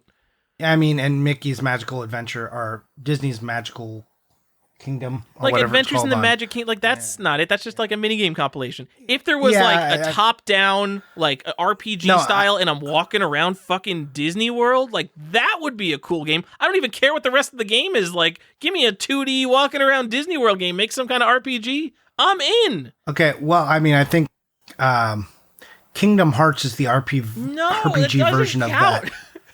Okay, but I would also say, what is it? Man, I'm gonna get the name wrong on this one. what is it called? It started on the 3DS. There's even a specific console for it. It's like Magical World, Disney's Magical World 2 or something on the Switch is kind of like that, but still not quite right. I think your best option is still they redid the Disney one on Kinect. They made a nicer version for the Xbox One. Okay, I mean, I played it on PC, so I'm sure I played whatever the latest version is. Like, I didn't do any of the Kinect shit. Yeah, all right, I'm looking at this Disney Magical World thing. Like, okay. Like, yeah, this is probably close to what I want. But, like, there's something about, like, these kid-focused games that's, like, a little bit, like, low budget. Like, I know it's Disney, so there's a certain amount of polish, but this doesn't look like an adult would not play Disney Magical World. But you look at the fucking new Harry Potter game, whatever that's called. What is it called? Hogwarts Legacy. Like, I want that for Disneyland. Just give me. That's it. That would be cool. Everything else I just said about like 2D RPGs and stuff. Give me the Hogwarts Legacy for Disneyland. A serious video game. There's already like a story kind of like this too, called Kingdom Keepers, which are like Disney specific books where like the Magic Kingdom comes to life at night, and there's like the villains are real and they're like trying to take over the park. So you could have like an adventure thing, and then like during the day you could be there like walking around with other tourists. Like you could do a whole thing. Yeah, I'm in. So the reason this gets me is that over the years there have been so many good theme park construction games, from Theme Park, Roller Coaster Tycoon, Sim Theme Park, like Planet Coaster. That's like a big genre. And yes, making roller coasters and theme parks is fun, but so is being in them. So why aren't there more games about being in them? I don't know. That's my rant. Because like Disney has all this stuff. We've got Johnny. There's a fucking Matterhorn game, and it's like absolute garbage. But they understand that like one of the most important things in the Disney lineup of things we can make video games about is Disneyland and Disney World. So we're gonna make a Matterhorn game. And I guess, yeah, they did it with that Kinect game. Like, they would tell me that they've given me exactly what I'm asking for, but they didn't. They know that Kinect game is not, like, the grade A amazing video game experience. It's, like, a mediocre to good kids game. So I need, like I was saying, I need that game, but I need two versions of that game. I need that game where it's like the day and you're just experiencing the park and you can go do things to, like, earn currency, like you said, to buy souvenirs, or power up. Like I would say what I would want is that you do like mini games and stuff there, which you earn some currency as well, which then you buy items. And then at night you like stay at the park, and that's where you like do some RPG, fight villains, and like, you know, fight through Disney worlds to save the park. I want a combination of both of these things. Okay. So I agree. Those are also great. And now, something that I think is very realistic with modern hardware, I want just VR Disney World. Just recreate the entire park, because all these games, like, they kind of condense the scale. It's just like you don't have to like walk through like shop areas and stuff. It doesn't make sense to in video games. Don't condense the scale. Make me walk. Yeah, give me the full scale thing and just do VR Disney World or Disneyland or whatever. And like, I want to fucking stand in the lines. I want full recreations of all the queues. I want everything. Like, and recreate the shops. Like, give me like a way to earn money and let me buy like all the souvenirs and just have. I want Johnny. We're living in 2023. We've got massive budgets. We could have 500 artists working on a video game, doing nothing with their life for 2 years, but making just like a bunch of stupid, shitty 3D models of all the shit in Disney World. I want them to be doing that. Buckets. I want all the pins. I want to go around pin trading. I want to earn money, so I want to have to work at the park. Make me work as a ride operator, and then on my off days, I visit the park and I could spend my money on all these fucking souvenirs. And there's 100,000 things to buy in Disney World. And to get the platinum trophy or whatever, I have to buy them all. Yeah, I love pin trading as a side quest. I like the idea that also, if you complete certain quests, you get specialty popcorn buckets that do more for you. Anyways, I think this is a wonderful idea. And, like, they should really lean into some of the stuff that Hogwarts Legacy got, right? Like, most of the doors in that game open. It's not just like, I can't go in here, I can't see this thing. It opens. And, like, Hogwarts Legacy should strap on, like, a VR conversion so you are just playing first-person perspective the whole way. Like, I say I want the VR experience. Like, I don't even have a VR headset. But I feel like let's preserve. I don't know, Johnny. We're going off on a tangent about a game that will not exist because again, they've basically already given as much of an effort as they would ever put into that kind of game with that. I don't think that's true. I think it could exist. All right. I mean, sure. Go. Stefan's probably got ins at Disney, right? He's got all sorts of contacts everywhere. Go tell him, hey, my friend has an idea. Why don't you guys just make a better Disney World game? Guys, I think this is a really good idea that you haven't thought of. Cool. No, you don't understand, but make it like the new Harry Potter game. But like instead of Harry Potter, there'll be like Mickey Mouse and shit. You don't like people really want this. You don't understand. Just put like $150 million into this project. Yep. Look, you just sound like every kid ever who ever discussed the game they always wanted made. And that's fine with me because I loved doing that. It's just like, I wish this thing was real. And then like when they make it and then they get it wrong and you're like, oh, it could have been so much better. They suck. And then you can have that part of your life too. The thing is, like, I'm not even like a huge like Disney fan or anything. Like, this is just a game that I'm baffled doesn't exist, or like a genre that I'm surprised doesn't exist more. I'm kind of baffled. I think virtual experience games are like that take you to real places and then gamify it. I think that's coming soon. That'll be a new genre coming for us. I mean, if people ever buy fucking VR headsets, sure. But they're gonna figure out a way to sell VR headsets one day. Johnny, I think what you're talking about is the metaverse, where we all cease to exist in the real world, and whenever we want to go somewhere, Mark Zuckerberg transports us there with an Oculus headset, and we just do it in the virtual world without legs. All right. Well, you've painted a wonderful picture. Now, why don't you tell me about some games on our list? Okay. Some more obscure Disney games that you don't own, guys. Oh, this is another really good one, Johnny. Alice No Paint Adventure. This is an Alice in Wonderland SNES mouse adventure game that, for whatever reason, was not released in America. It's a Super Famicom game with mouse support. And it has like 3 different modes. There's story mode. There's like a mix of, you can just go paint, or you can like do a mix of like mini games and adventure. I don't know. This is a weird game. Yeah, I don't know exactly how to describe it also because I don't speak Japanese or anything. I don't even know. This sure seems like something that hasn't been translated, so you'd have to sit there with... I don't know if anyone else does this, but I'm sure like... what's the big thing that everyone uses? RetroArch has like built-in automatic game translation, or at least some things do. I know that new the RetroBlocks video game console, whatever they renamed that to, I think that does it too.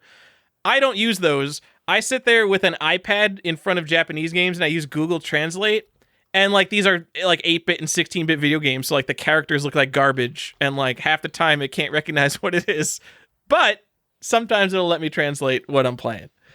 Don't do that. Anyway, this is like it's got point and click mini games. It's got some kind of adventure mode, but it looks more like a very kind of light adventure, probably more along the lines of like humongous entertainment games, where you're like clicking things for fun. I just think it's interesting that Alice in Wonderland, like really cool theme. Always going to be down with Alice in Wonderland over most Disney properties, just because it's a cool ass story. And like 2, it's a mouse game. That's neat too. That is neat. Here's a thing that I read in the description, which I thought was awesome. You need to be proficient in both Japanese and English to get the most out of this game. That's really strange. And like that, but also in a way like that doesn't seem super uncommon if you play a lot of Japanese games. Like there's a bunch of stuff, like you'll be playing like a Japanese, like, I don't know, a tactical RPG or something, and you bring up a menu and it's just like all the like everything in the game is Japanese, and you bring up a menu and like all the menu commands are abbreviated English words. And it's like, what? This makes no sense. How would anyone play this? But other cultures are more worldly than we are, I guess, is the answer. True. Here, I'm going to give a description that I got for this game so you can just like what the story mode is like. So Alice moves through various levels, painting different objects in order to progress. Each level is designed as a maze-like environment, and players must collect paintbrushes to be able to paint different objects in the game world. Painted objects can then be used to solve puzzles and defeat enemies. And this is all in like Alice in Wonderland style art. So you've got that surrealist kind of dream quality going on. And it does contain most of the characters from the Disney animated film. So yeah, it's an interesting game. Go look at some gameplay footage of it. It's there's not a lot of games like it. I guess I want to be clear that it looks bad. It doesn't look like, wow, this is some really groundbreaking gameplay. It's like a lot of the mini games are like, here's a grid of things, and it's like whack-a-mole.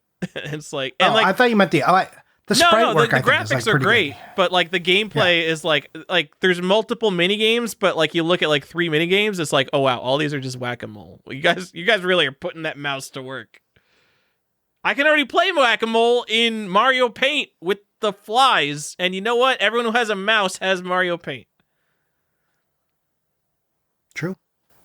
Anyway, this game is, I don't know what you saw in terms of prices.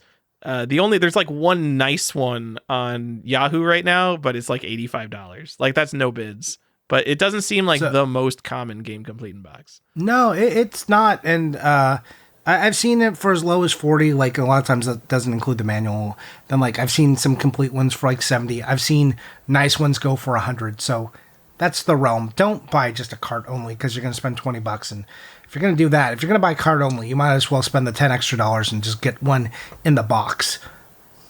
So, all right. What else do we have on this nonsense list? That was the last game that I knew anything about, Johnny. Okay, well, here's one I like, and this one's cool because it's kind of rare, and it's an action-adventure platformer, and it's Donald Duck, I'm going to just butcher this, so for everyone listening, no Meho no Boshi, or Bushi, it's Boshi. Anyways, that translates into Donald Duck's Magic Hat, and this is also a Famicom exclusive, and it is, just to get the prices out of the way, it's on the more expensive side. CIB is going to be $150 to $200 for this usually. I've seen it go as low as like 90 once in a while, but it seems like the price on this one has been steadily creeping up. If you want a cart only of it, it's like 35 to 40. So it's a platformer, it's side-scrolling. It does have some mini games. It's made by Capcom, and you play as Donald Duck, and you're trying to rescue your nephews, Huey, Dewey, and Louie, if you're not sure. And they've been kidnapped by a sorcerer, Tyler. A sorcerer did this to them. This game looks kind of cool.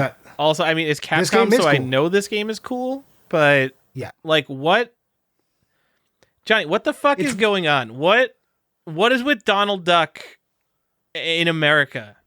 Because we didn't get Lucky Dime. We got Lucky Dime Caper on Game Gear, but we didn't get the Sega Master System version of it. Right. Like that's a full ass Donald Duck platform game that we just didn't get. There's another Donald game on the. What's the other Donald game? Lucky Dime Keeper. There's another one that's on the Game Gear that was also on the Master System first. Quackshot? No. Quackshot was on the Genesis, and that's a great, super underrated game. Deep Duck Trouble. Yeah, that's it. Yes.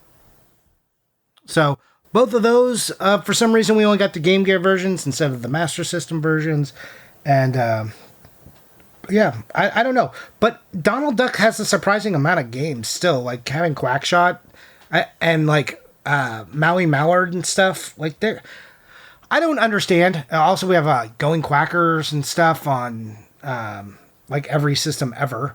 Donald Duck's got a lot of games. I don't understand because I don't really like Donald Duck, but I don't think he's been shafted. But it's weird because this Donald Duck game is one of the cool ones. Like one of the best Donald Duck games, and we didn't get it here. I mean, yeah, it's weird because Donald Duck no Meho no Boshi is a Capcom game, and then Lucky Dime Caper is a Sega game. Like these aren't like second-rate video games that we're not getting here, and I totally understand why this is an expensive game. We're in the golden age of Disney platforming right now. Yeah.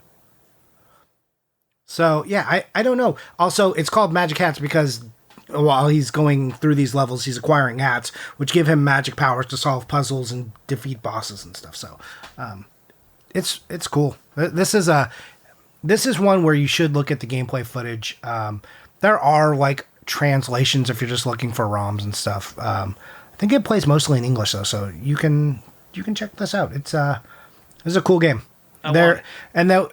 Also Magical Quest. I mean, I think maybe it didn't come out because maybe it's too similar to like Magical Quest because they didn't even release the 2 sequels to Magical Quest. Are you going to tell me like, oh, we can't release a character platform game in the 90s? There's too many of those. No. Like 75% of video games are just side-scrolling character platformers. Just give us another one. I don't care that it's Donald Duck themed. What if I'm the kid who likes Donald Duck more than Mickey? Just give it to me. I don't know, dude. Okay, we'll just give it to you next time. Anyways, it's also all the Super Famicom exclusive, never been re-released, so it makes it. That's correct. Unlike the Magic Quest games, which you can find on the GBA. Cool. Part 3 being the really expensive one there. Anyways, once you do I need to keep? Oh, you need me to keep going? Okay, because you don't know anything about the rest of it. Tell me more. Sorry. Yeah. Anyways, There is another game. I'm going to jump to the Switch real quick, just because I think this is... You probably know about this game, but they did something very weird here. So there's the Disney Classic Games, right? Which included Aladdin and the Lion King. This is where we saw that I Am 8-Bit stuff where they had like the gold cartridge released and there was like Super Nintendo style boxes or a Genesis style clamshell, and these were in Best Buy that you could go buy. It was a really weird release of these 2 games. This is not what I'm talking about. This is the Disney Classic Games collection, which came out kind of not too long after this. And what they did is the same thing, except they added the Jungle Book to it. Even the cover looks pretty similar. So after they already released this collection, they're like, oh, we forgot to put Jungle Book in. Here's another release. So Johnny, it's not expensive. About? What do you mean? What am I talking? That sounds insane? That sounds outrageous. That they just released the game again and put another game in it. Yep, and like barely changed the box art. So again, the distinction is Disney Classic Games is 2, Disney Classic Games Collection is 3. And that one includes the Jungle Book. And I only brought this in of Disney games you may not know of because this is so weird and confusing. Like, you may not know that one or the other of these exist because they are so damn similar.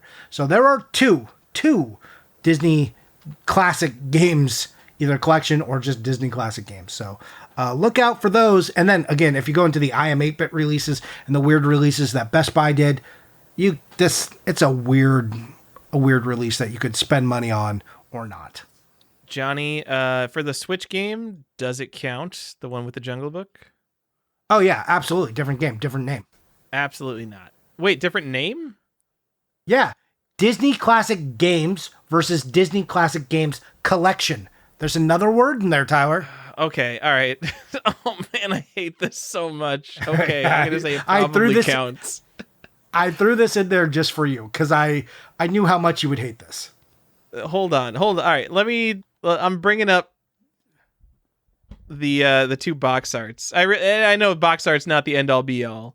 All right, so the game collection has this little circle with the Jungle. Oh wait, no.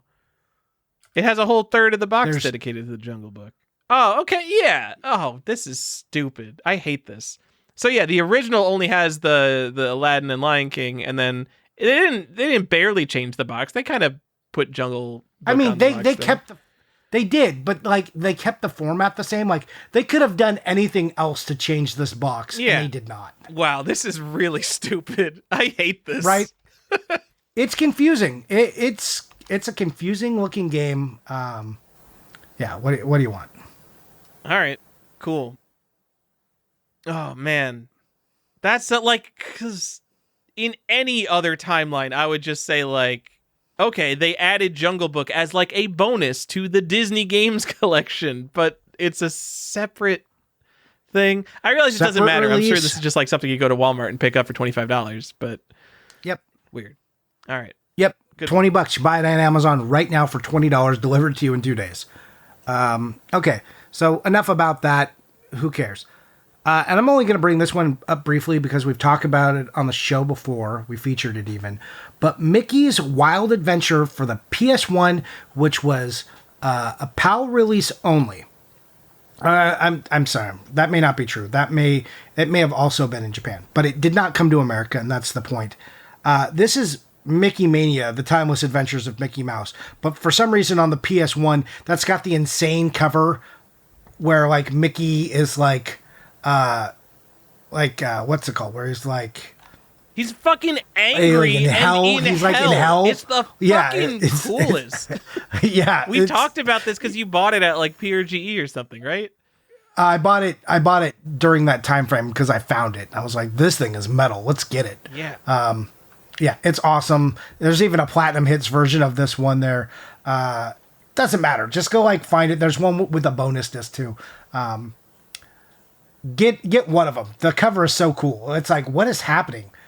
Mickey's Wild Adventure indeed. Like, what? Why are you in hell? Why are there skeletons, Mickey? I don't know what's happening to you. Word picture, Mickey is basically in a big cave. He's walking down like a creepy stone staircase. A barrel is following him. A bat is following him. A skeleton is peering at him from outside the walls. Fire is raising up from the bottom of the case. Mickey is walking into fire. He has a determined, like, striding forward stance, and he's fucking angry. He's got, like, furrowed eyebrows, like, I'm gonna fucking kill you. I don't know. Like, I think it's different than that. I don't think it looks... It looks like he's enjoying himself, but he's also he's crazy. Smiling, too. Yeah, it's like... He looks like he's about to, like, pull your guts out and then like wear them as a necklace and be thrilled about it. Like maybe the best Disney box art from like a coolest sense. My favorite Disney box art I think is DuckTales 2. I just really like the DuckTales 2 box art. But this is the fucking most metal one for absolute sure. Yeah, and this is not expensive. You can get this for like $30 from the UK. So just we've talked about it before, but I just wanted to remind everyone that this thing exists with Mickey being metal AF. All right. Last one I have on my list, and this is definitely not comprehensive. There's a lot more out there that did not come to America, but let me talk to you about Winnie the Pooh real quick. Hey, yo dog, you love Winnie the Pooh or not? If you asked me if Winnie the Pooh was a Disney property, I would, 75% chance I would have got that wrong. Okay. Well, Winnie the Pooh is interesting right now in this specific time frame because he just came out, as into the public domain, which is like exciting for people. And they made that movie Pooh, Blood and Honey, but it's only like a specific version of Pooh you can use because copyright law and intellectual property law is crazy how you get to use things. Anyways, so that's out there. So because that movie is out there and people did not like it, it's horror. I'm surprised you haven't watched it. I want to talk about this game because this is like a weird game. It's Kuma no Poo-san 100 Acre no Mori no Cooking Book for the Nintendo DS.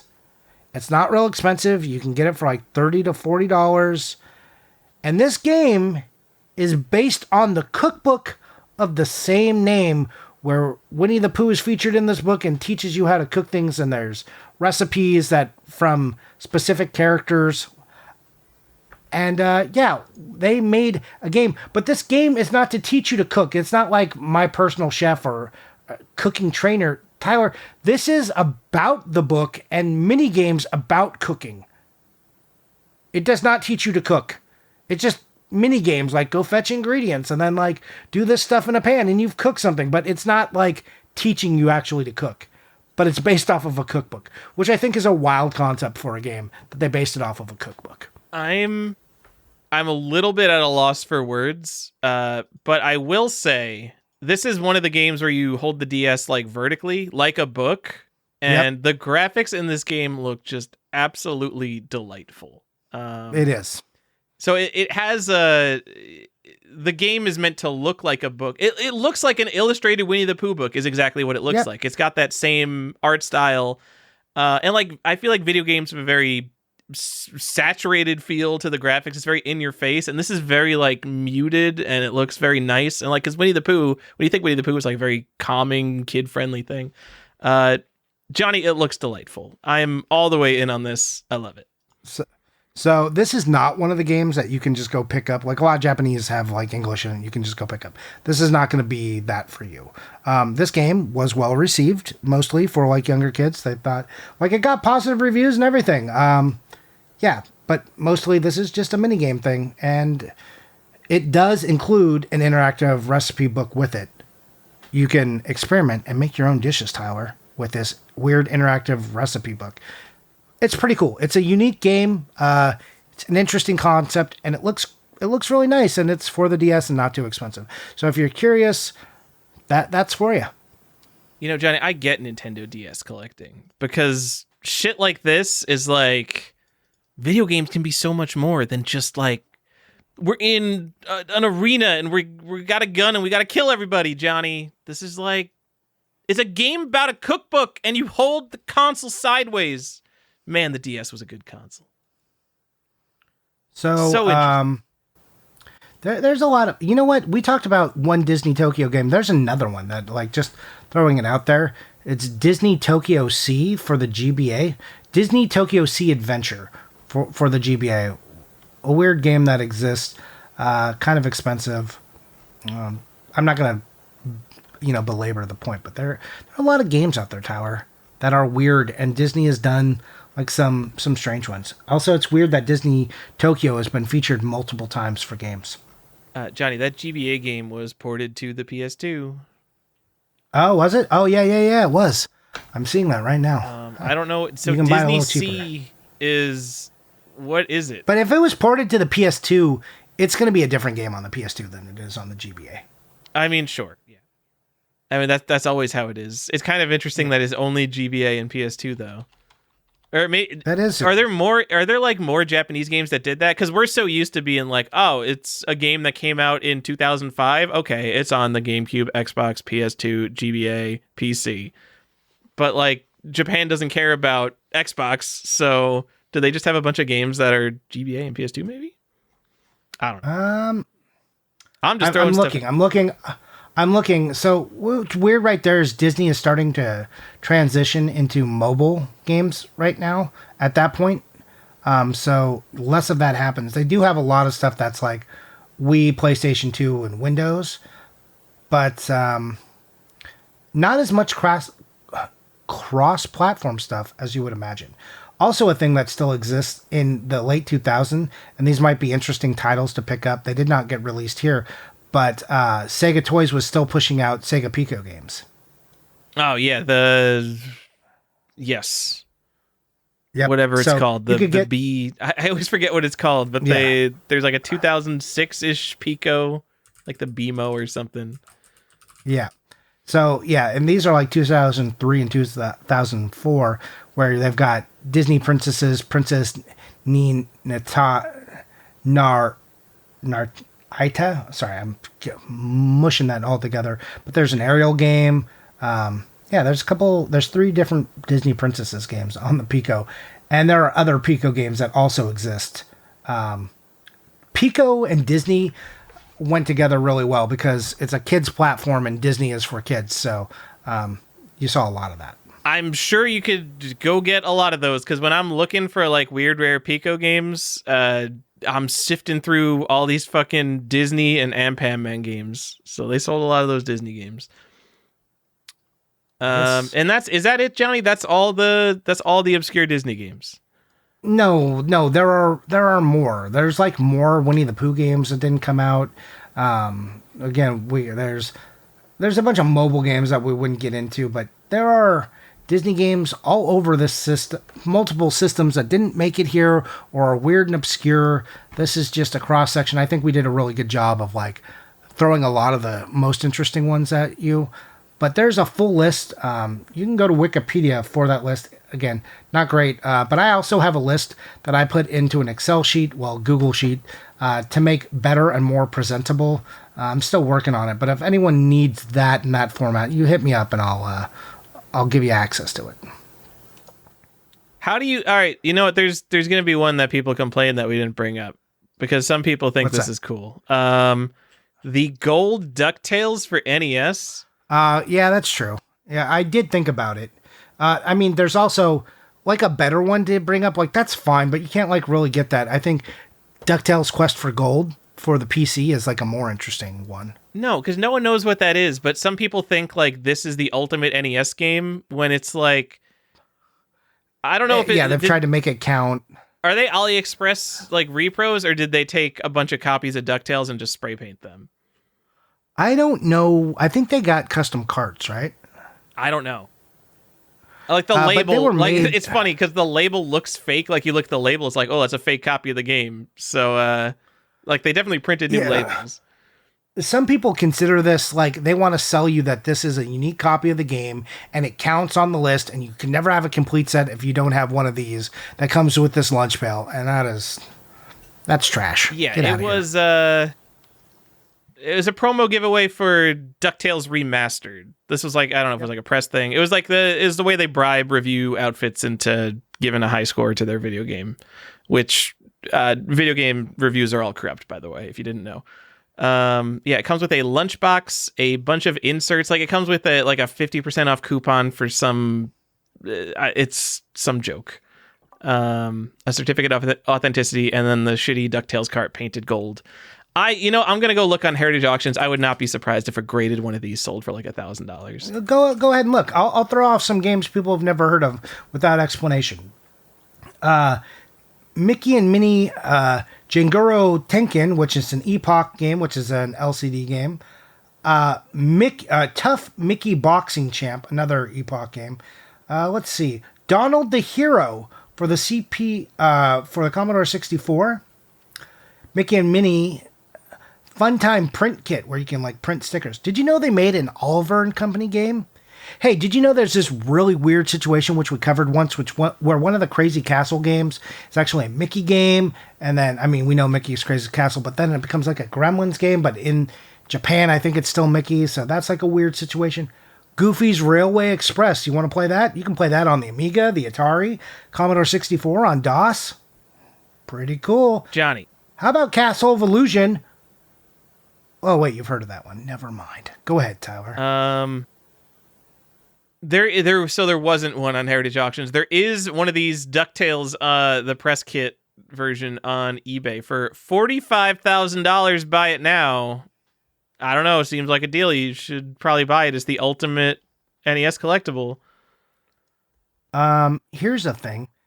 Dick Tracy is sometimes considered Disney. And I'm not sure what the ownership rights are on Dick Tracy right now. But if we did a comprehensive list of Disney games on the Nintendo, on the NES, would we have to include Dick Tracy? Do we have to include the Star Wars games? I don't know. I don't know, but this is in the list of Disney games where Star Wars is not. Weird. I don't know. Johnny, you know what?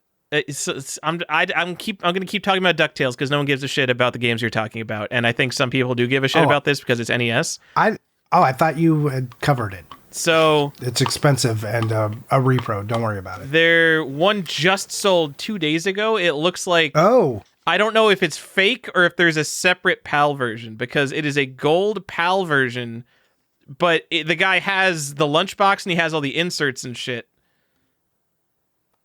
So this is suspicious. How much?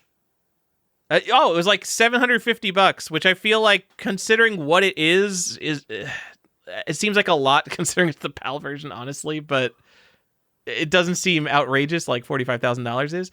But like you look at the back and it's numbered 56 out of 150, and that's printed on the label. Which, like, of course they could fake that, but like this kind of seems legit. But that also brings to question. Like, first of all, the cartridge literally looks fake, so a fake copy of this would look real, which is strange. But also, they marketed this as being limited to 150, and if this exists, that means there would be 150 NTSC ones and 150 PAL ones, which is strange to me. So is this real? I don't know. I don't know if this is real. Oh well, very strange. Also, this is fucking I think it was Time Walk Games that made this, and I already went off on how I don't like their repros. But this is somewhat more official because it's a Capcom thing. Somewhat more official, meaning it's actually official. You know, someone write in. All right, I this is driving me nuts because I know the NTSC Gold DuckTales exists. This looks real. It has everything right about it, but it feels so wrong that it's a PAL copy of the game. Someone tell me what's going on here.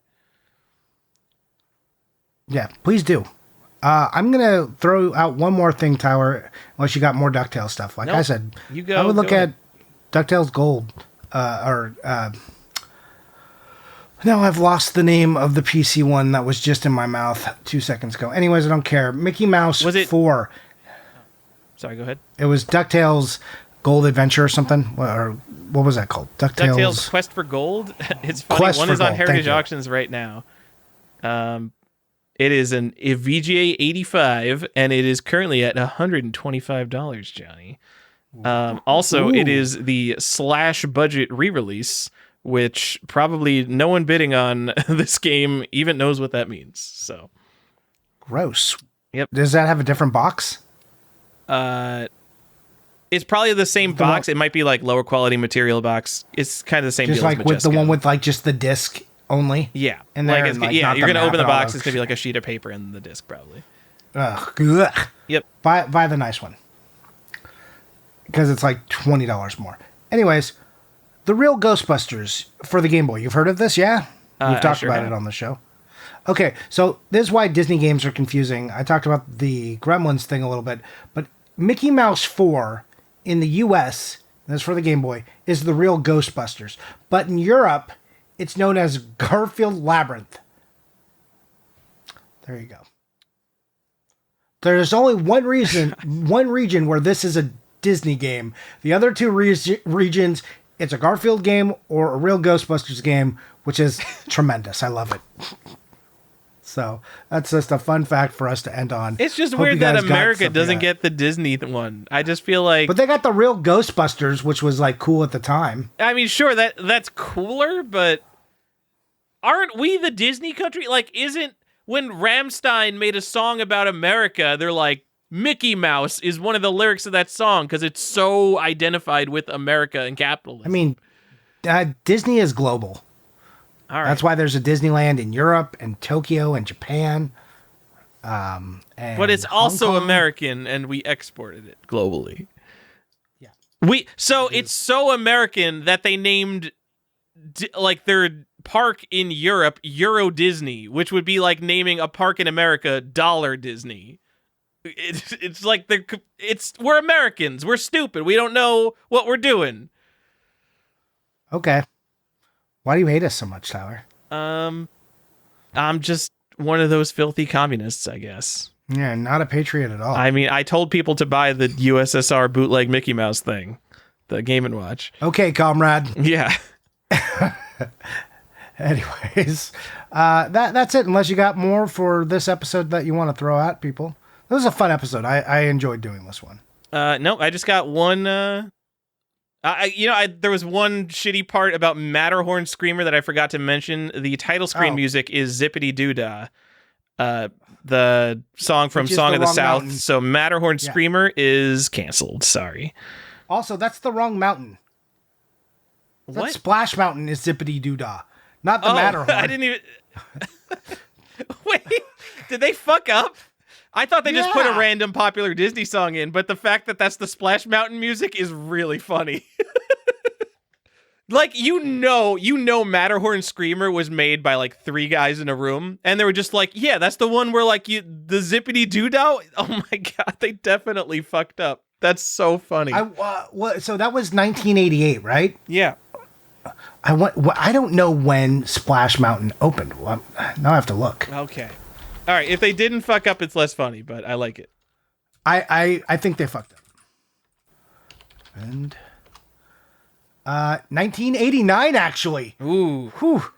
So they just chose a random fucking song. Just that was fun. But then the Splash Mountain ride comes out and makes this real weird.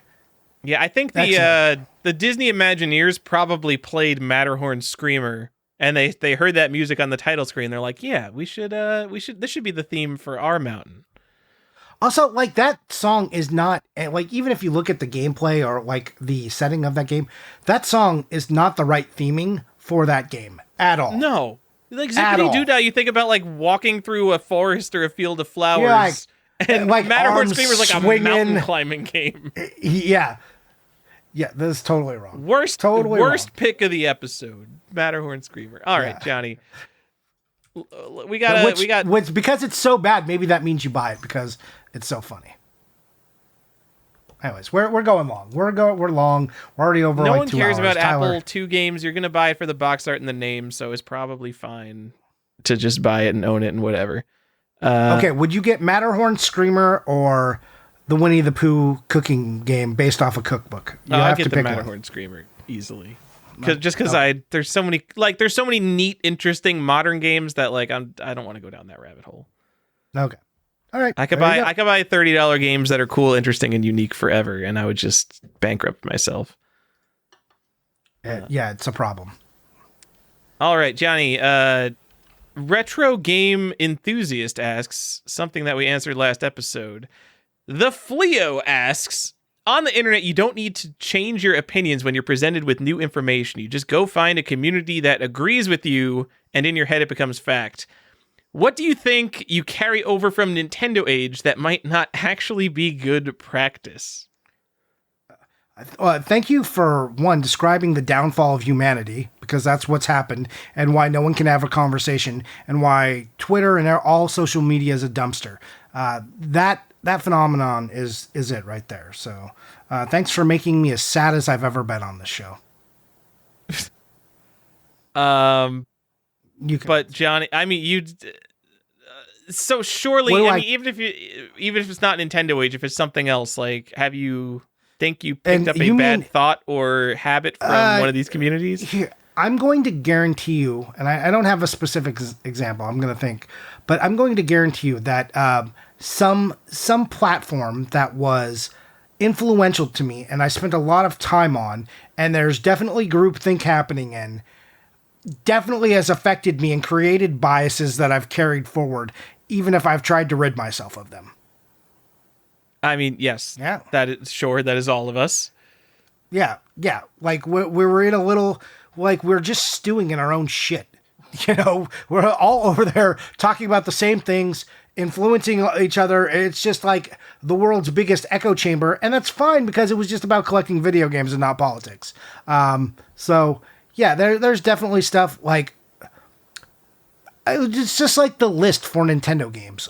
You know, the 677 having to be important, like games that count. We did a whole episode, like, why did we count it like this? Because it just carried over, and I don't think that's exactly correct. The whole idea of what a set is something that's carried over from, I think, Nintendo age, at least for me, like how we base our criteria, that I've like since fought, and like we do, that's why we have this whole segment all the time when we talk about, does it count? Because I always want us to be thinking about it, because I know a lot of that is just Nintendo age putrescence rotting upon me and, you know, coming out of my mouth sometimes.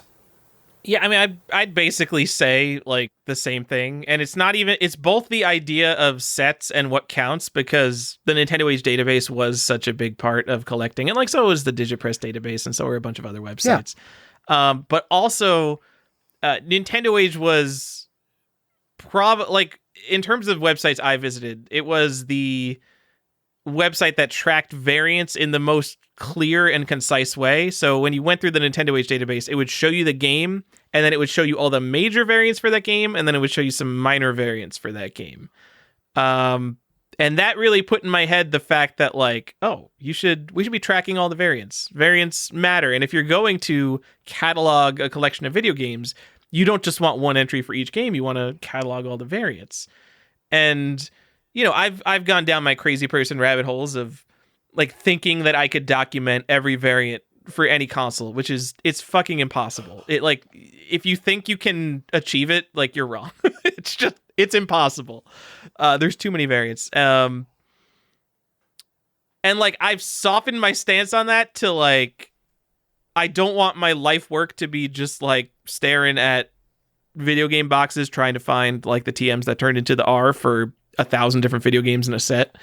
Like maybe, just maybe, like the set of video games can be normal, and if there is a particularly interesting variant or a particularly interesting game, say Super Mario Brothers, where like I do want to dive into variants, then I could do that. But for a long time after Nintendo Age, I went deep into variants for every single game, and I think that is probably not necessary, especially if it's really obvious, like if you just want like, I don't know, say like the first version of the game or something like that, you don't need to know every variant of fucking Mickey Mania on Super Nintendo. I don't even know if that game has variants, but it would probably be just like nice to know, like, okay, I want if there's like a non-Majesco, non-greatest hits version of the game, that's probably good enough for me.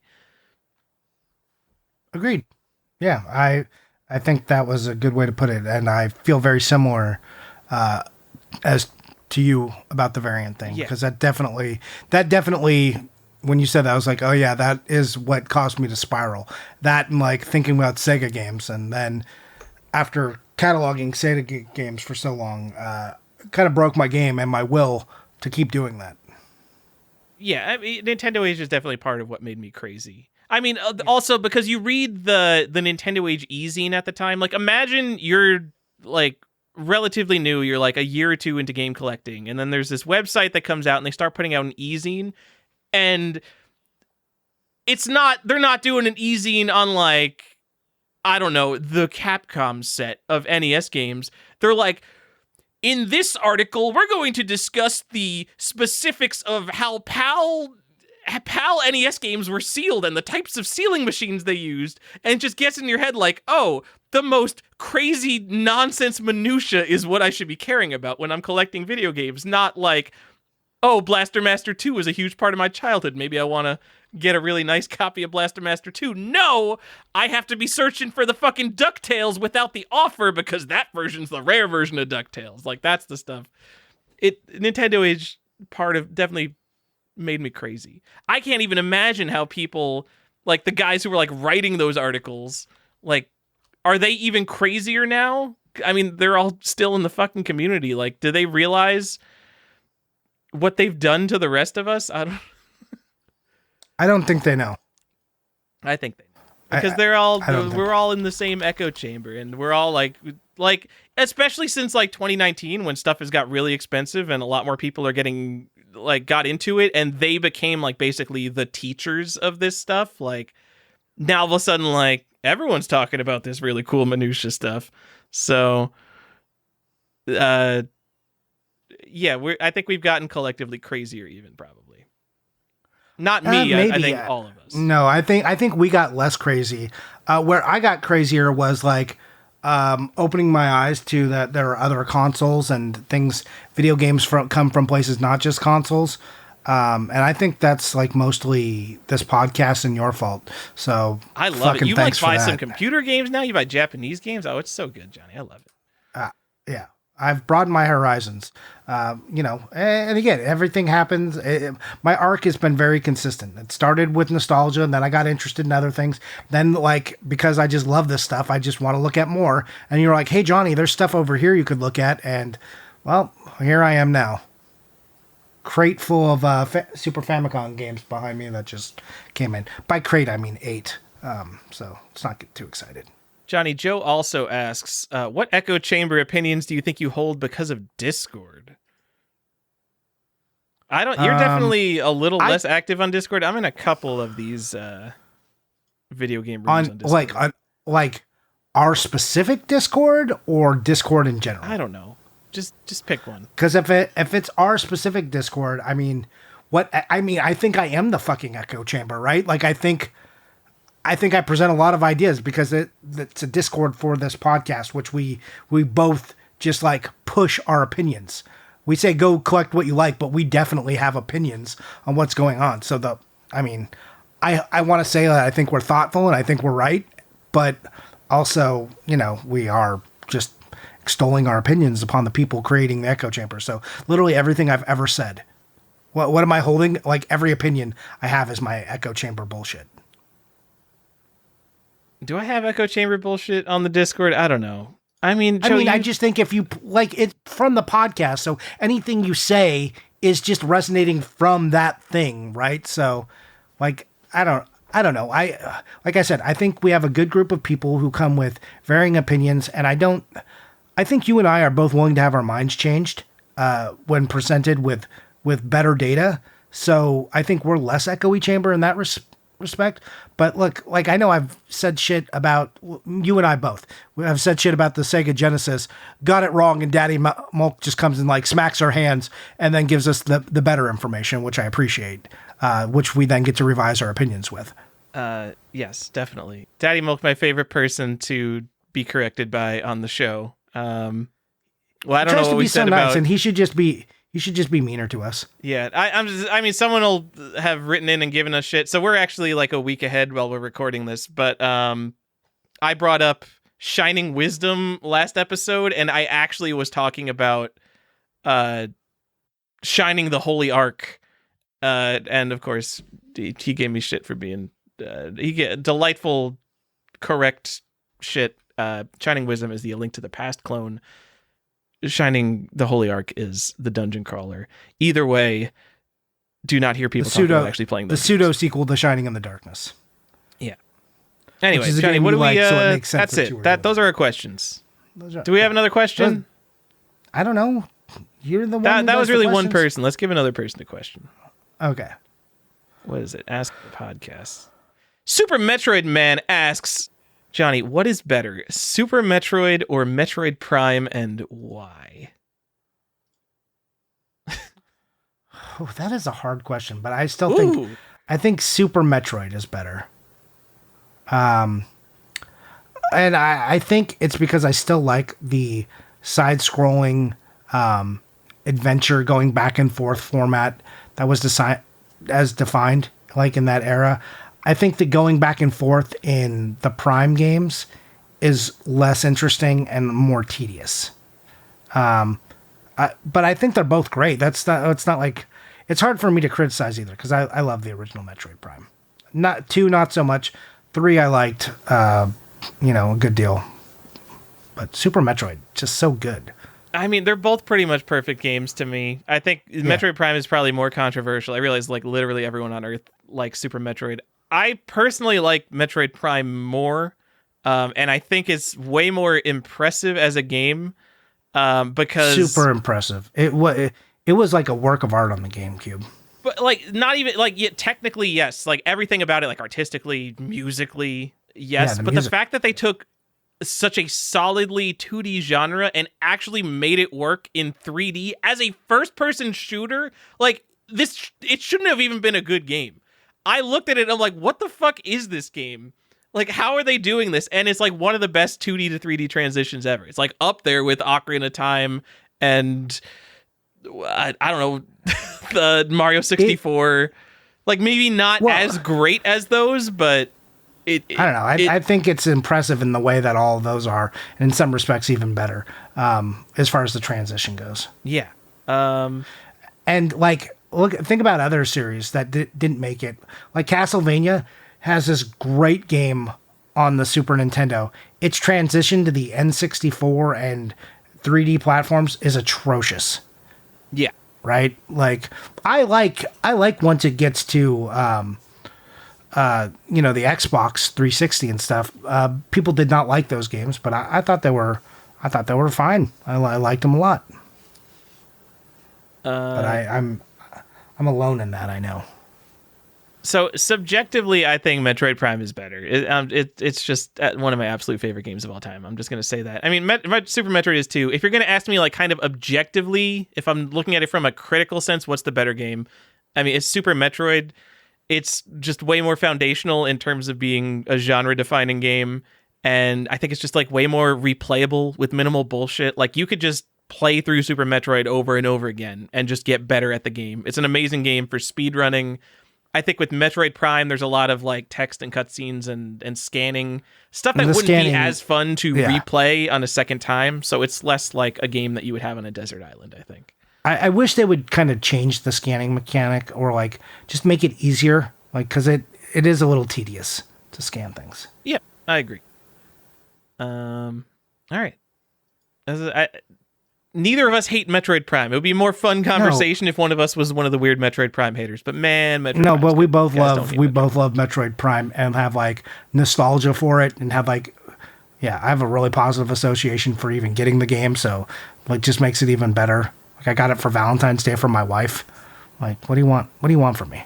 I got it for $2.99 at GameStop. But see, you remember, you got a great deal on a great game. That, Yeah. You remember that shit.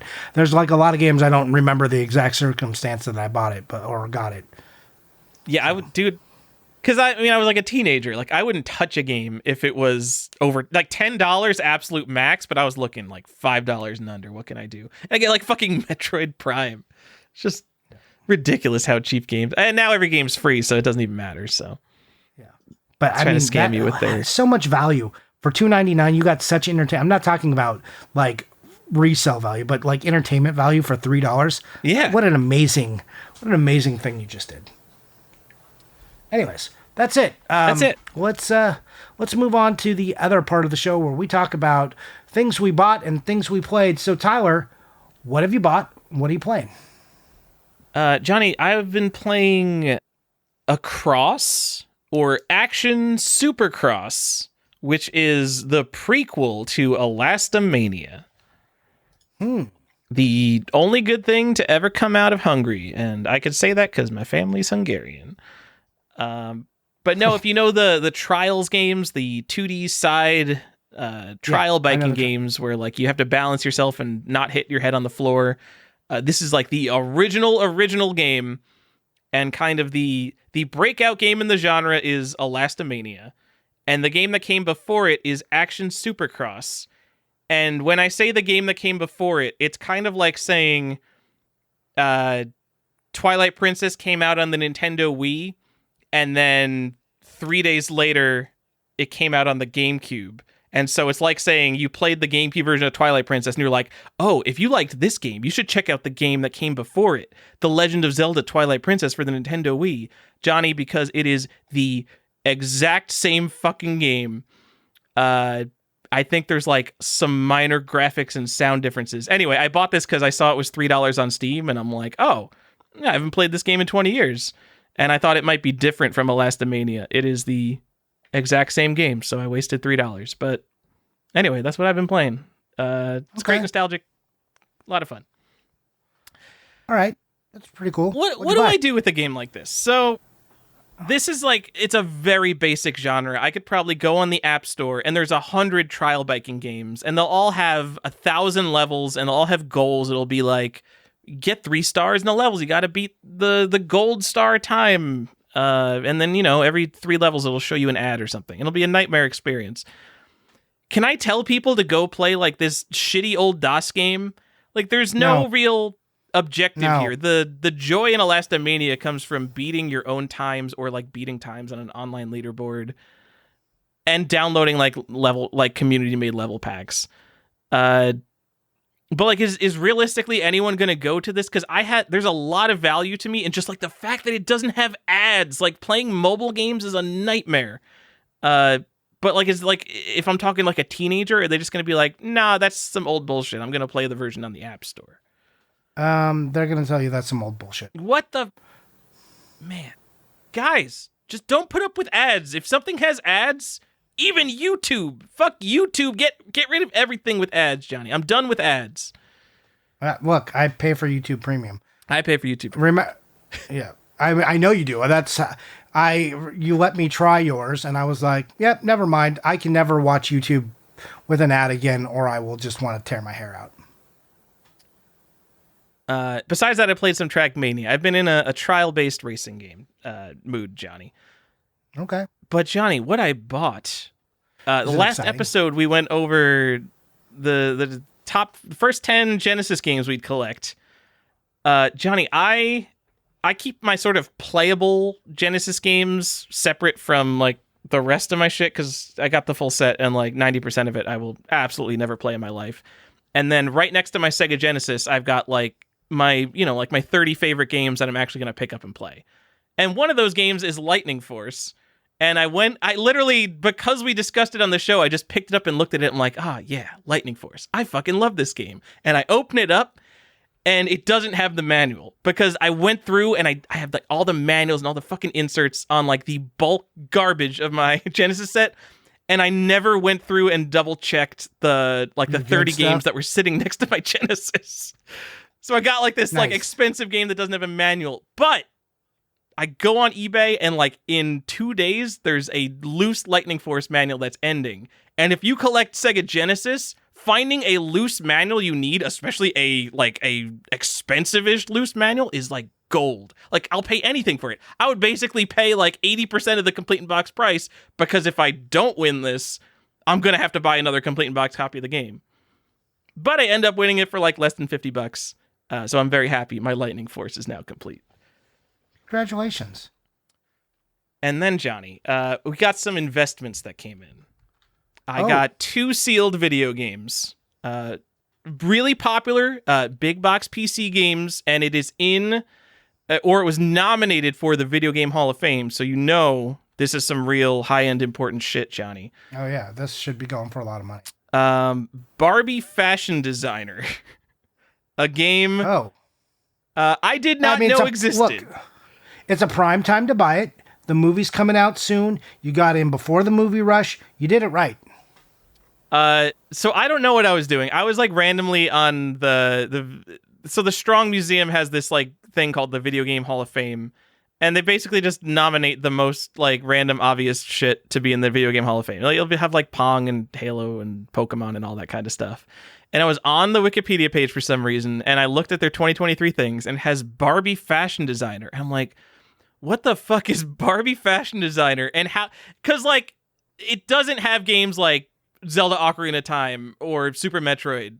Like there are these big games that are not in the Video Game Hall of Fame. And I'm like, Barbie Fashion Designer from 1996 apparently is the first successful girls game and one of the games that kicked off the girls video game movement, which basically means a bunch of PC, like low quality PC games that were squarely aimed at girls.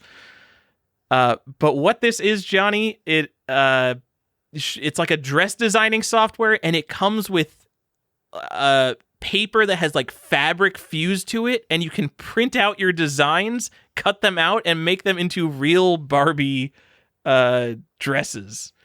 Which sounds like a cool thing in concept, but am I going to trust my 1996 like shitty printer to print a decent Barbie dress? I don't know, but this is what I bought. All right, you did it. You buy anything else, or is that it? Yeah, Johnny, I said I bought 2 important sealed video games. Oh, I'm sorry. I also bought the Barbie Fashion Designer refill kit, which comes with extra paper. Okay. That all was right, like cool. $9 shipped. Also, Barbie Fashion Designer, like $18. I'm telling you guys, I just bought it sealed because like it comes with like a bunch of like weird shit. You should like this because printable dresses, that's like a weird feely thing that comes with a video game. No, I love it. I have a whole collection of Barbie games. You know I don't hate Barbie games. This is good stuff. Also, because this was like apparently a really successful game, like super easy to find these sealed. Not that you should buy them. I'm saying you should because the movie is coming out. It's going to raise that price, bud. Sure. Of Barbie Fashion Designer, not even like Barbie for NES. I feel like Barbie for NES is that the most iconic Barbie game? Look, a rising tide raises all ships. Okay. No, it's really the Barbie 3DS game that's worth over $1,000 apparently. Like over 2,000 sometimes. Ridiculous. What are we doing? That's one of the games that really triggers me into like madness. The game's not even that old. I agree, bud. What do you want me to say? I don't know. Galdius, what are you doing out there with your full 3DS set? All right. There's a couple people on our Discord with full 3DS sets. Well, there's one with a full Nintendo game set, so I guess he would have a full 3DS set by default. Couple of them with full Nintendo sets. We know some crazy people. You guys are crazy. here's the echo chamber bullshit that I take away. This is the secret part and the best part of this podcast. I look around at other people doing insane stuff and I feel a little more sane. I'm just like, I'm not alone. I'm not alone in this world. There are other crazies like me, which makes me feel less crazy. Speaking of, Johnny, what did you buy and what did you play? Well, speaking of crazy, I'd been on that lull and hadn't really bought any video games or spent like any real money on video games. Uh-huh. Well, so I decided to break that trend in rapid fashion. So I got Toxic Avenger for the GBA Complete in Box. Or GBA, the Game Boy. Sorry. Toxic Crusaders? Crusader, yeah. Okay. I'm just going to keep messing that up. I always call it Toxic. That's like a really big game. Yeah. It wasn't super cheap, but it's been on my list for a long time. And Alex, I won't say his last name because I don't know if he wants that out there, but he's on Instagram. He hit me up. He's a listener of the podcast and was like, "Hey, I'm kind of transitioning my collection a little bit. I know you've mentioned this before.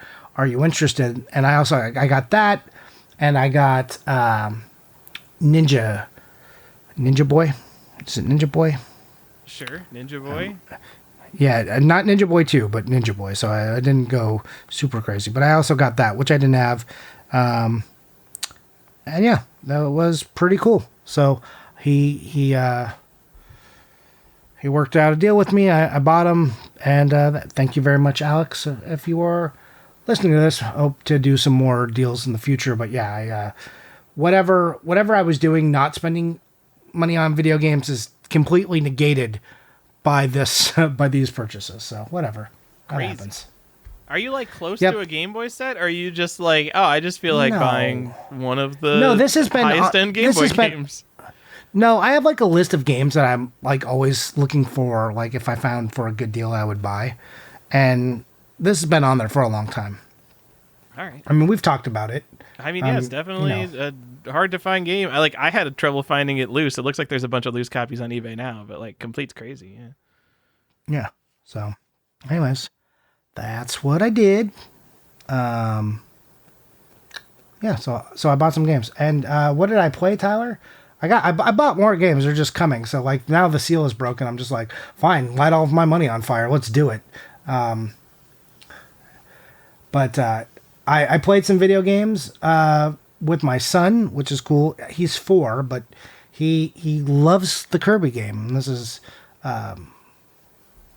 it Forgotten Worlds, Kirby Forgotten Worlds, or Realms? I'm never sure. I don't know, Johnny, but he told me that Forgotten he's up to Land. the lava Kirby levels. Yeah, Kirby in the Forgotten Land. No, he got to kind of the last boss by himself. Like my wife and I help him. He gets stuck in places, but he's like going through and he understands like the progression and he understands like certain weapons are better, which is like a weird thing for me to watch him like figure this out. And he'll come up to me, help, and like we'll sit together and we'll do it. And he gets like pretty impatient, which is awesome because he's like, "No, I want to do it." I'm like, "Great," because I want you to do it. I don't want to like be beating your games for you. But he got through and he got to the final boss, but he did have me beat it so he could see the end. But he got to the final boss, Tyler, at 4. So Kirby and the Forgotten Land is either super easy or and he's been working at this since this game came out. I don't know what it was, but he instantly like latched onto this and wanted to play it the first night I got it and has been slowly working at it since. He'll ask me, he's like, "Can I play the Switch?" And I'm like, "Yeah." And he goes and he grabs the Switch, goes off on his own, and then brings it back to me. But he's been doing this since the game came out. So he's been plugging at it for a long time. But we got to the final boss, and he got to see the end. And he was very happy to complete the game. Now he's going back and playing it more. But he understood that, like, this is a game. I'm trying to beat it to see what happens at the end.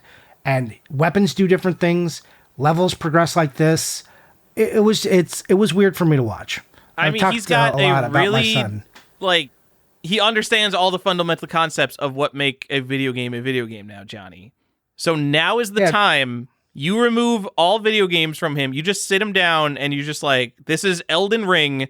This is the only game you can play until you beat it. And like this is going to be like the formative moments of what define him, like his gaming taste going forward. So you just have to teach him, like, no, when we play a video game, we don't give up. You're just going to learn when you're 4 years old, like, bash your head against this for 300 hours until you're good enough to beat it, and he's going to be a monster gamer when he grows up. Yeah, but he's already like that, and I don't know if I want him to be like that. Like, that's how I was as a kid. Like, you couldn't stop me from beating a game. Like, I would just suffer until I beat it. Exactly. It was ridiculous. Yes. Like, and I was so good at video games as a kid. Like, that's all I did. I was so good. And I'm so bad at video games now. All I remember is how good I was. And then I pick up games and I'm like, oh, how did I get so bad from where I was? I don't even know how that happened. It's just a skill you can lose. It's not like riding a bike. You can suck. You can go from like being great to sucky. I gotta say, one of the things that motivates me most... So I've said this before, but the thing that truly motivated me the most was I was watching my friend streaming Ninja Gaiden, and when you lose to Jackio, the final boss of the game, or one of the final bosses, it sends you all the way back to the beginning of the 7th stage rather than the 7th level, as you would expect. So you go like 3 entire levels back just for dying to one boss. In America. Sure. Is that not in the Japanese game? I don't think I played the Japanese version. I think it's easier in Japan. I think that doesn't. Can't remember if they change it on the first or the third one. Okay. Well, I just don't die, so that's the easy way to do it. Yeah. But yeah, so my friend, he died. Like, he was clearly struggling to beat this game, and like he was already holding left when he died, so he would begin running as soon as the stage 7-1 started up again. And like every time I had died up until that point, like I would put the controller down, like go take a walk, be like, fuck, I hate this game. This game's bullshit. But he just kept going. I'm like, oh my God, you could just keep going. You could just do that. So that really taught me like, oh shit, I should stop being such a pussy when I play video games. And then the other thing is, this isn't even something that I could personally do, but the knowledge that people can beat Ikari Warriors, just famously one of the most absolute bullshit NES games. It is 100% just like memorizing the enemy patterns in just like this grueling, slow-moving gauntlet of garbage. Nothing about Ikari Warriors is good or fair. Wait, are you serious? People feel this way about Ikari Warriors? Is this true? What? Fuck yes. What are you talking about? Yes, Ikari Warriors is absolute bullshit trash. Okay. What? Could you could just run through Ikari Warriors? Not now. I told you I'm terrible, but yeah, I had all 3 Ikari Warrior games and I beat the shit out of them. Okay. I mean, I don't know 2, but Ikari Warriors 3 is like, that's relatively easy, I think. Because I've beat that and I can't do shit in Ikari Warriors. But anyway, Ikari Warriors is both a really shitty game and a very hard and grueling game. But I know there are people on Nintendo Age and Video Game Sage who put like 100 hours into absolutely mastering the shit out of that game. And like, of the games on planet Earth I would never put time into mastering, Ikari Warriors, that's the game that I would never put time into, because it's both so hard and so bad. And it only takes 100 hours to become an absolute master at it, Johnny. I've played Divinity Original Sin 2 for 350 hours. I could have mastered 3.5 games as absolutely shitty as Ikari Warriors. So you could have also learned another language. Absolutely, yes. We play video games for so much time. If you just put the fucking time in, Johnny, you can master any game you want to. All it takes is not giving up. All right. Well, that was a good speech tower. Way to pump them up. So please, everyone, and that's why take I'm that explaining to you now. You're gonna have to learn. You're gonna have to play Elden Ring. I realize there's a lot of big words in here that you probably can't read yet, but we're gonna have to get through it. Yeah, I mean, never mind that this is like a super frustrating game and the controls are a little loose sometimes, and you have to read and understand the concepts here that are wild, and know like stat mastering and stuff like that. He's gonna learn so much. No, he's gonna cry and hate video games. Maybe I should do that to him. Maybe I should put him on Elden Ring right now, so he hates video games. Like maybe not even Elden Ring, but maybe like, just Souls. You probably had like Ghost and Goblins growing up, and it didn't make you hate video games. I know. I love Ghost and Goblins. Yeah, you kidding? I was like, this game is amazing on the NES, and it's not amazing. All right. Anyways, Tyler, Yeah. I think that brings us to the end of the show. Oh, all right. Great. All right. Oh my God, we've been So, going for 2.5 hours. Well, people will be happy yeah. with this one. I mean, we're always at like 2.5 hours, right? Are we? I don't even know. I don't know. We're always so long, it doesn't matter. It's just like Collector's Quest. People are like, it's only bi-weekly. I'm like, we're giving you like 3 episodes every 2 weeks in the length of our episodes. So, whatever. Tyler, where can't people find you anymore? Everywhere. You can kind of find me Okay. on Discord though, Johnny. Go hit me up on Discord. Okay. I don't know, like, am I supposed to tell you my numbers at the end of my name? Just you could find me in the Greg group, if the Get the Greg group, or obviously the Collector's Quest Discord. If you pay us money, because we are filthy sellouts. We are filthy sellouts. And if you want to contribute to us selling out even harder, you can do so for as little as $2, and that gets you access to the Discord, or $4 gets you access to the Discord and our bonus content. Our most recent bonus content episode is we did that Genesis episode, and then we did our, the 10 games we'd start a collection with, and then we did, hey, here's our next 10. So we put a part 2 into that, and you can tell us how stupid we are and what games we missed even more on our Discord, if you're into that sort of thing. And you can get there by going to patreon.com/collectorsquest. Anyways, that's enough shilling from me. You can find me on our Discord, and I'm going to post something on Instagram one day. It's been a minute. I haven't completely cyber hermited like Tyler, but I have been distant to say the least. I'm still reading messages your Instagram there instead, Johnny. It'll feel good. I could, but people look. One of us has to do some sort of promotion on the podcast and be somewhere where people who aren't paying us can reach us. So I guess that is promoting stuff on social media seems like a pretty big thing that we have never been terrible at it. No, we've never been good at it. But I mean, mainly I keep it because there are people who want to talk to us, and it's the easiest place to find me. Yeah, for most people. So I'm not going to delete it. Also, I check my messages, so pretty regularly. Like, I'm not doing it every 10 minutes or anything, but usually once a day you can get a hold of me there. So that's it. You can find me on Instagram, Johnny_IUCCI. That's IUCCI, or again on our Discord. Again, I don't know the whole number thing because I usually only talk to people on the Discords I'm a part of, and they have already found me. Anyways, that's it. Tyler, anything you want to add? You guys want to hit me up on Matrix, Johnny? Oh shit! You know what, Tyler? I'm being a real asshole right now. I totally forgot to do something.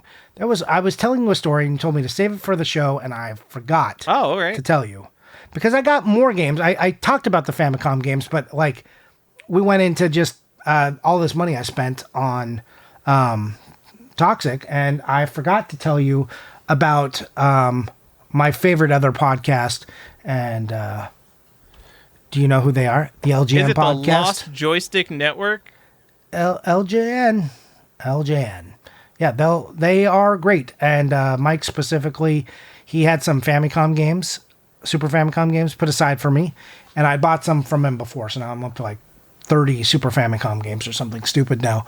But he had a bunch, including Super Mario World 1 and 2. I'm sorry, it's not Super Mario World 2 there, right? It's just what is Yoshi's Island called there? Specific. They took out Super Mario World 2 out of it, didn't they? What? Isn't it called Super Mario World 2 Yoshi's Island, but in America it's just called Yoshi's Island? I don't know. Anyway, I got that. I got Mario Picross. I got Zelda and a couple other games. Gradius 3. Also, I'm mad about I got some cool. It's absolutely called Super Mario World 2. I don't know. So, anyways, I got those games. I got those from Mike. They all look super nice. Yeah, they're pretty good. I'm very happy to have them. Oh, got Dragon Quest 1 and 2 combo, so that's cool. I love me my RPGs. So yeah, I got some of those. And then he did something to me, Tyler. Both cruel and very kind.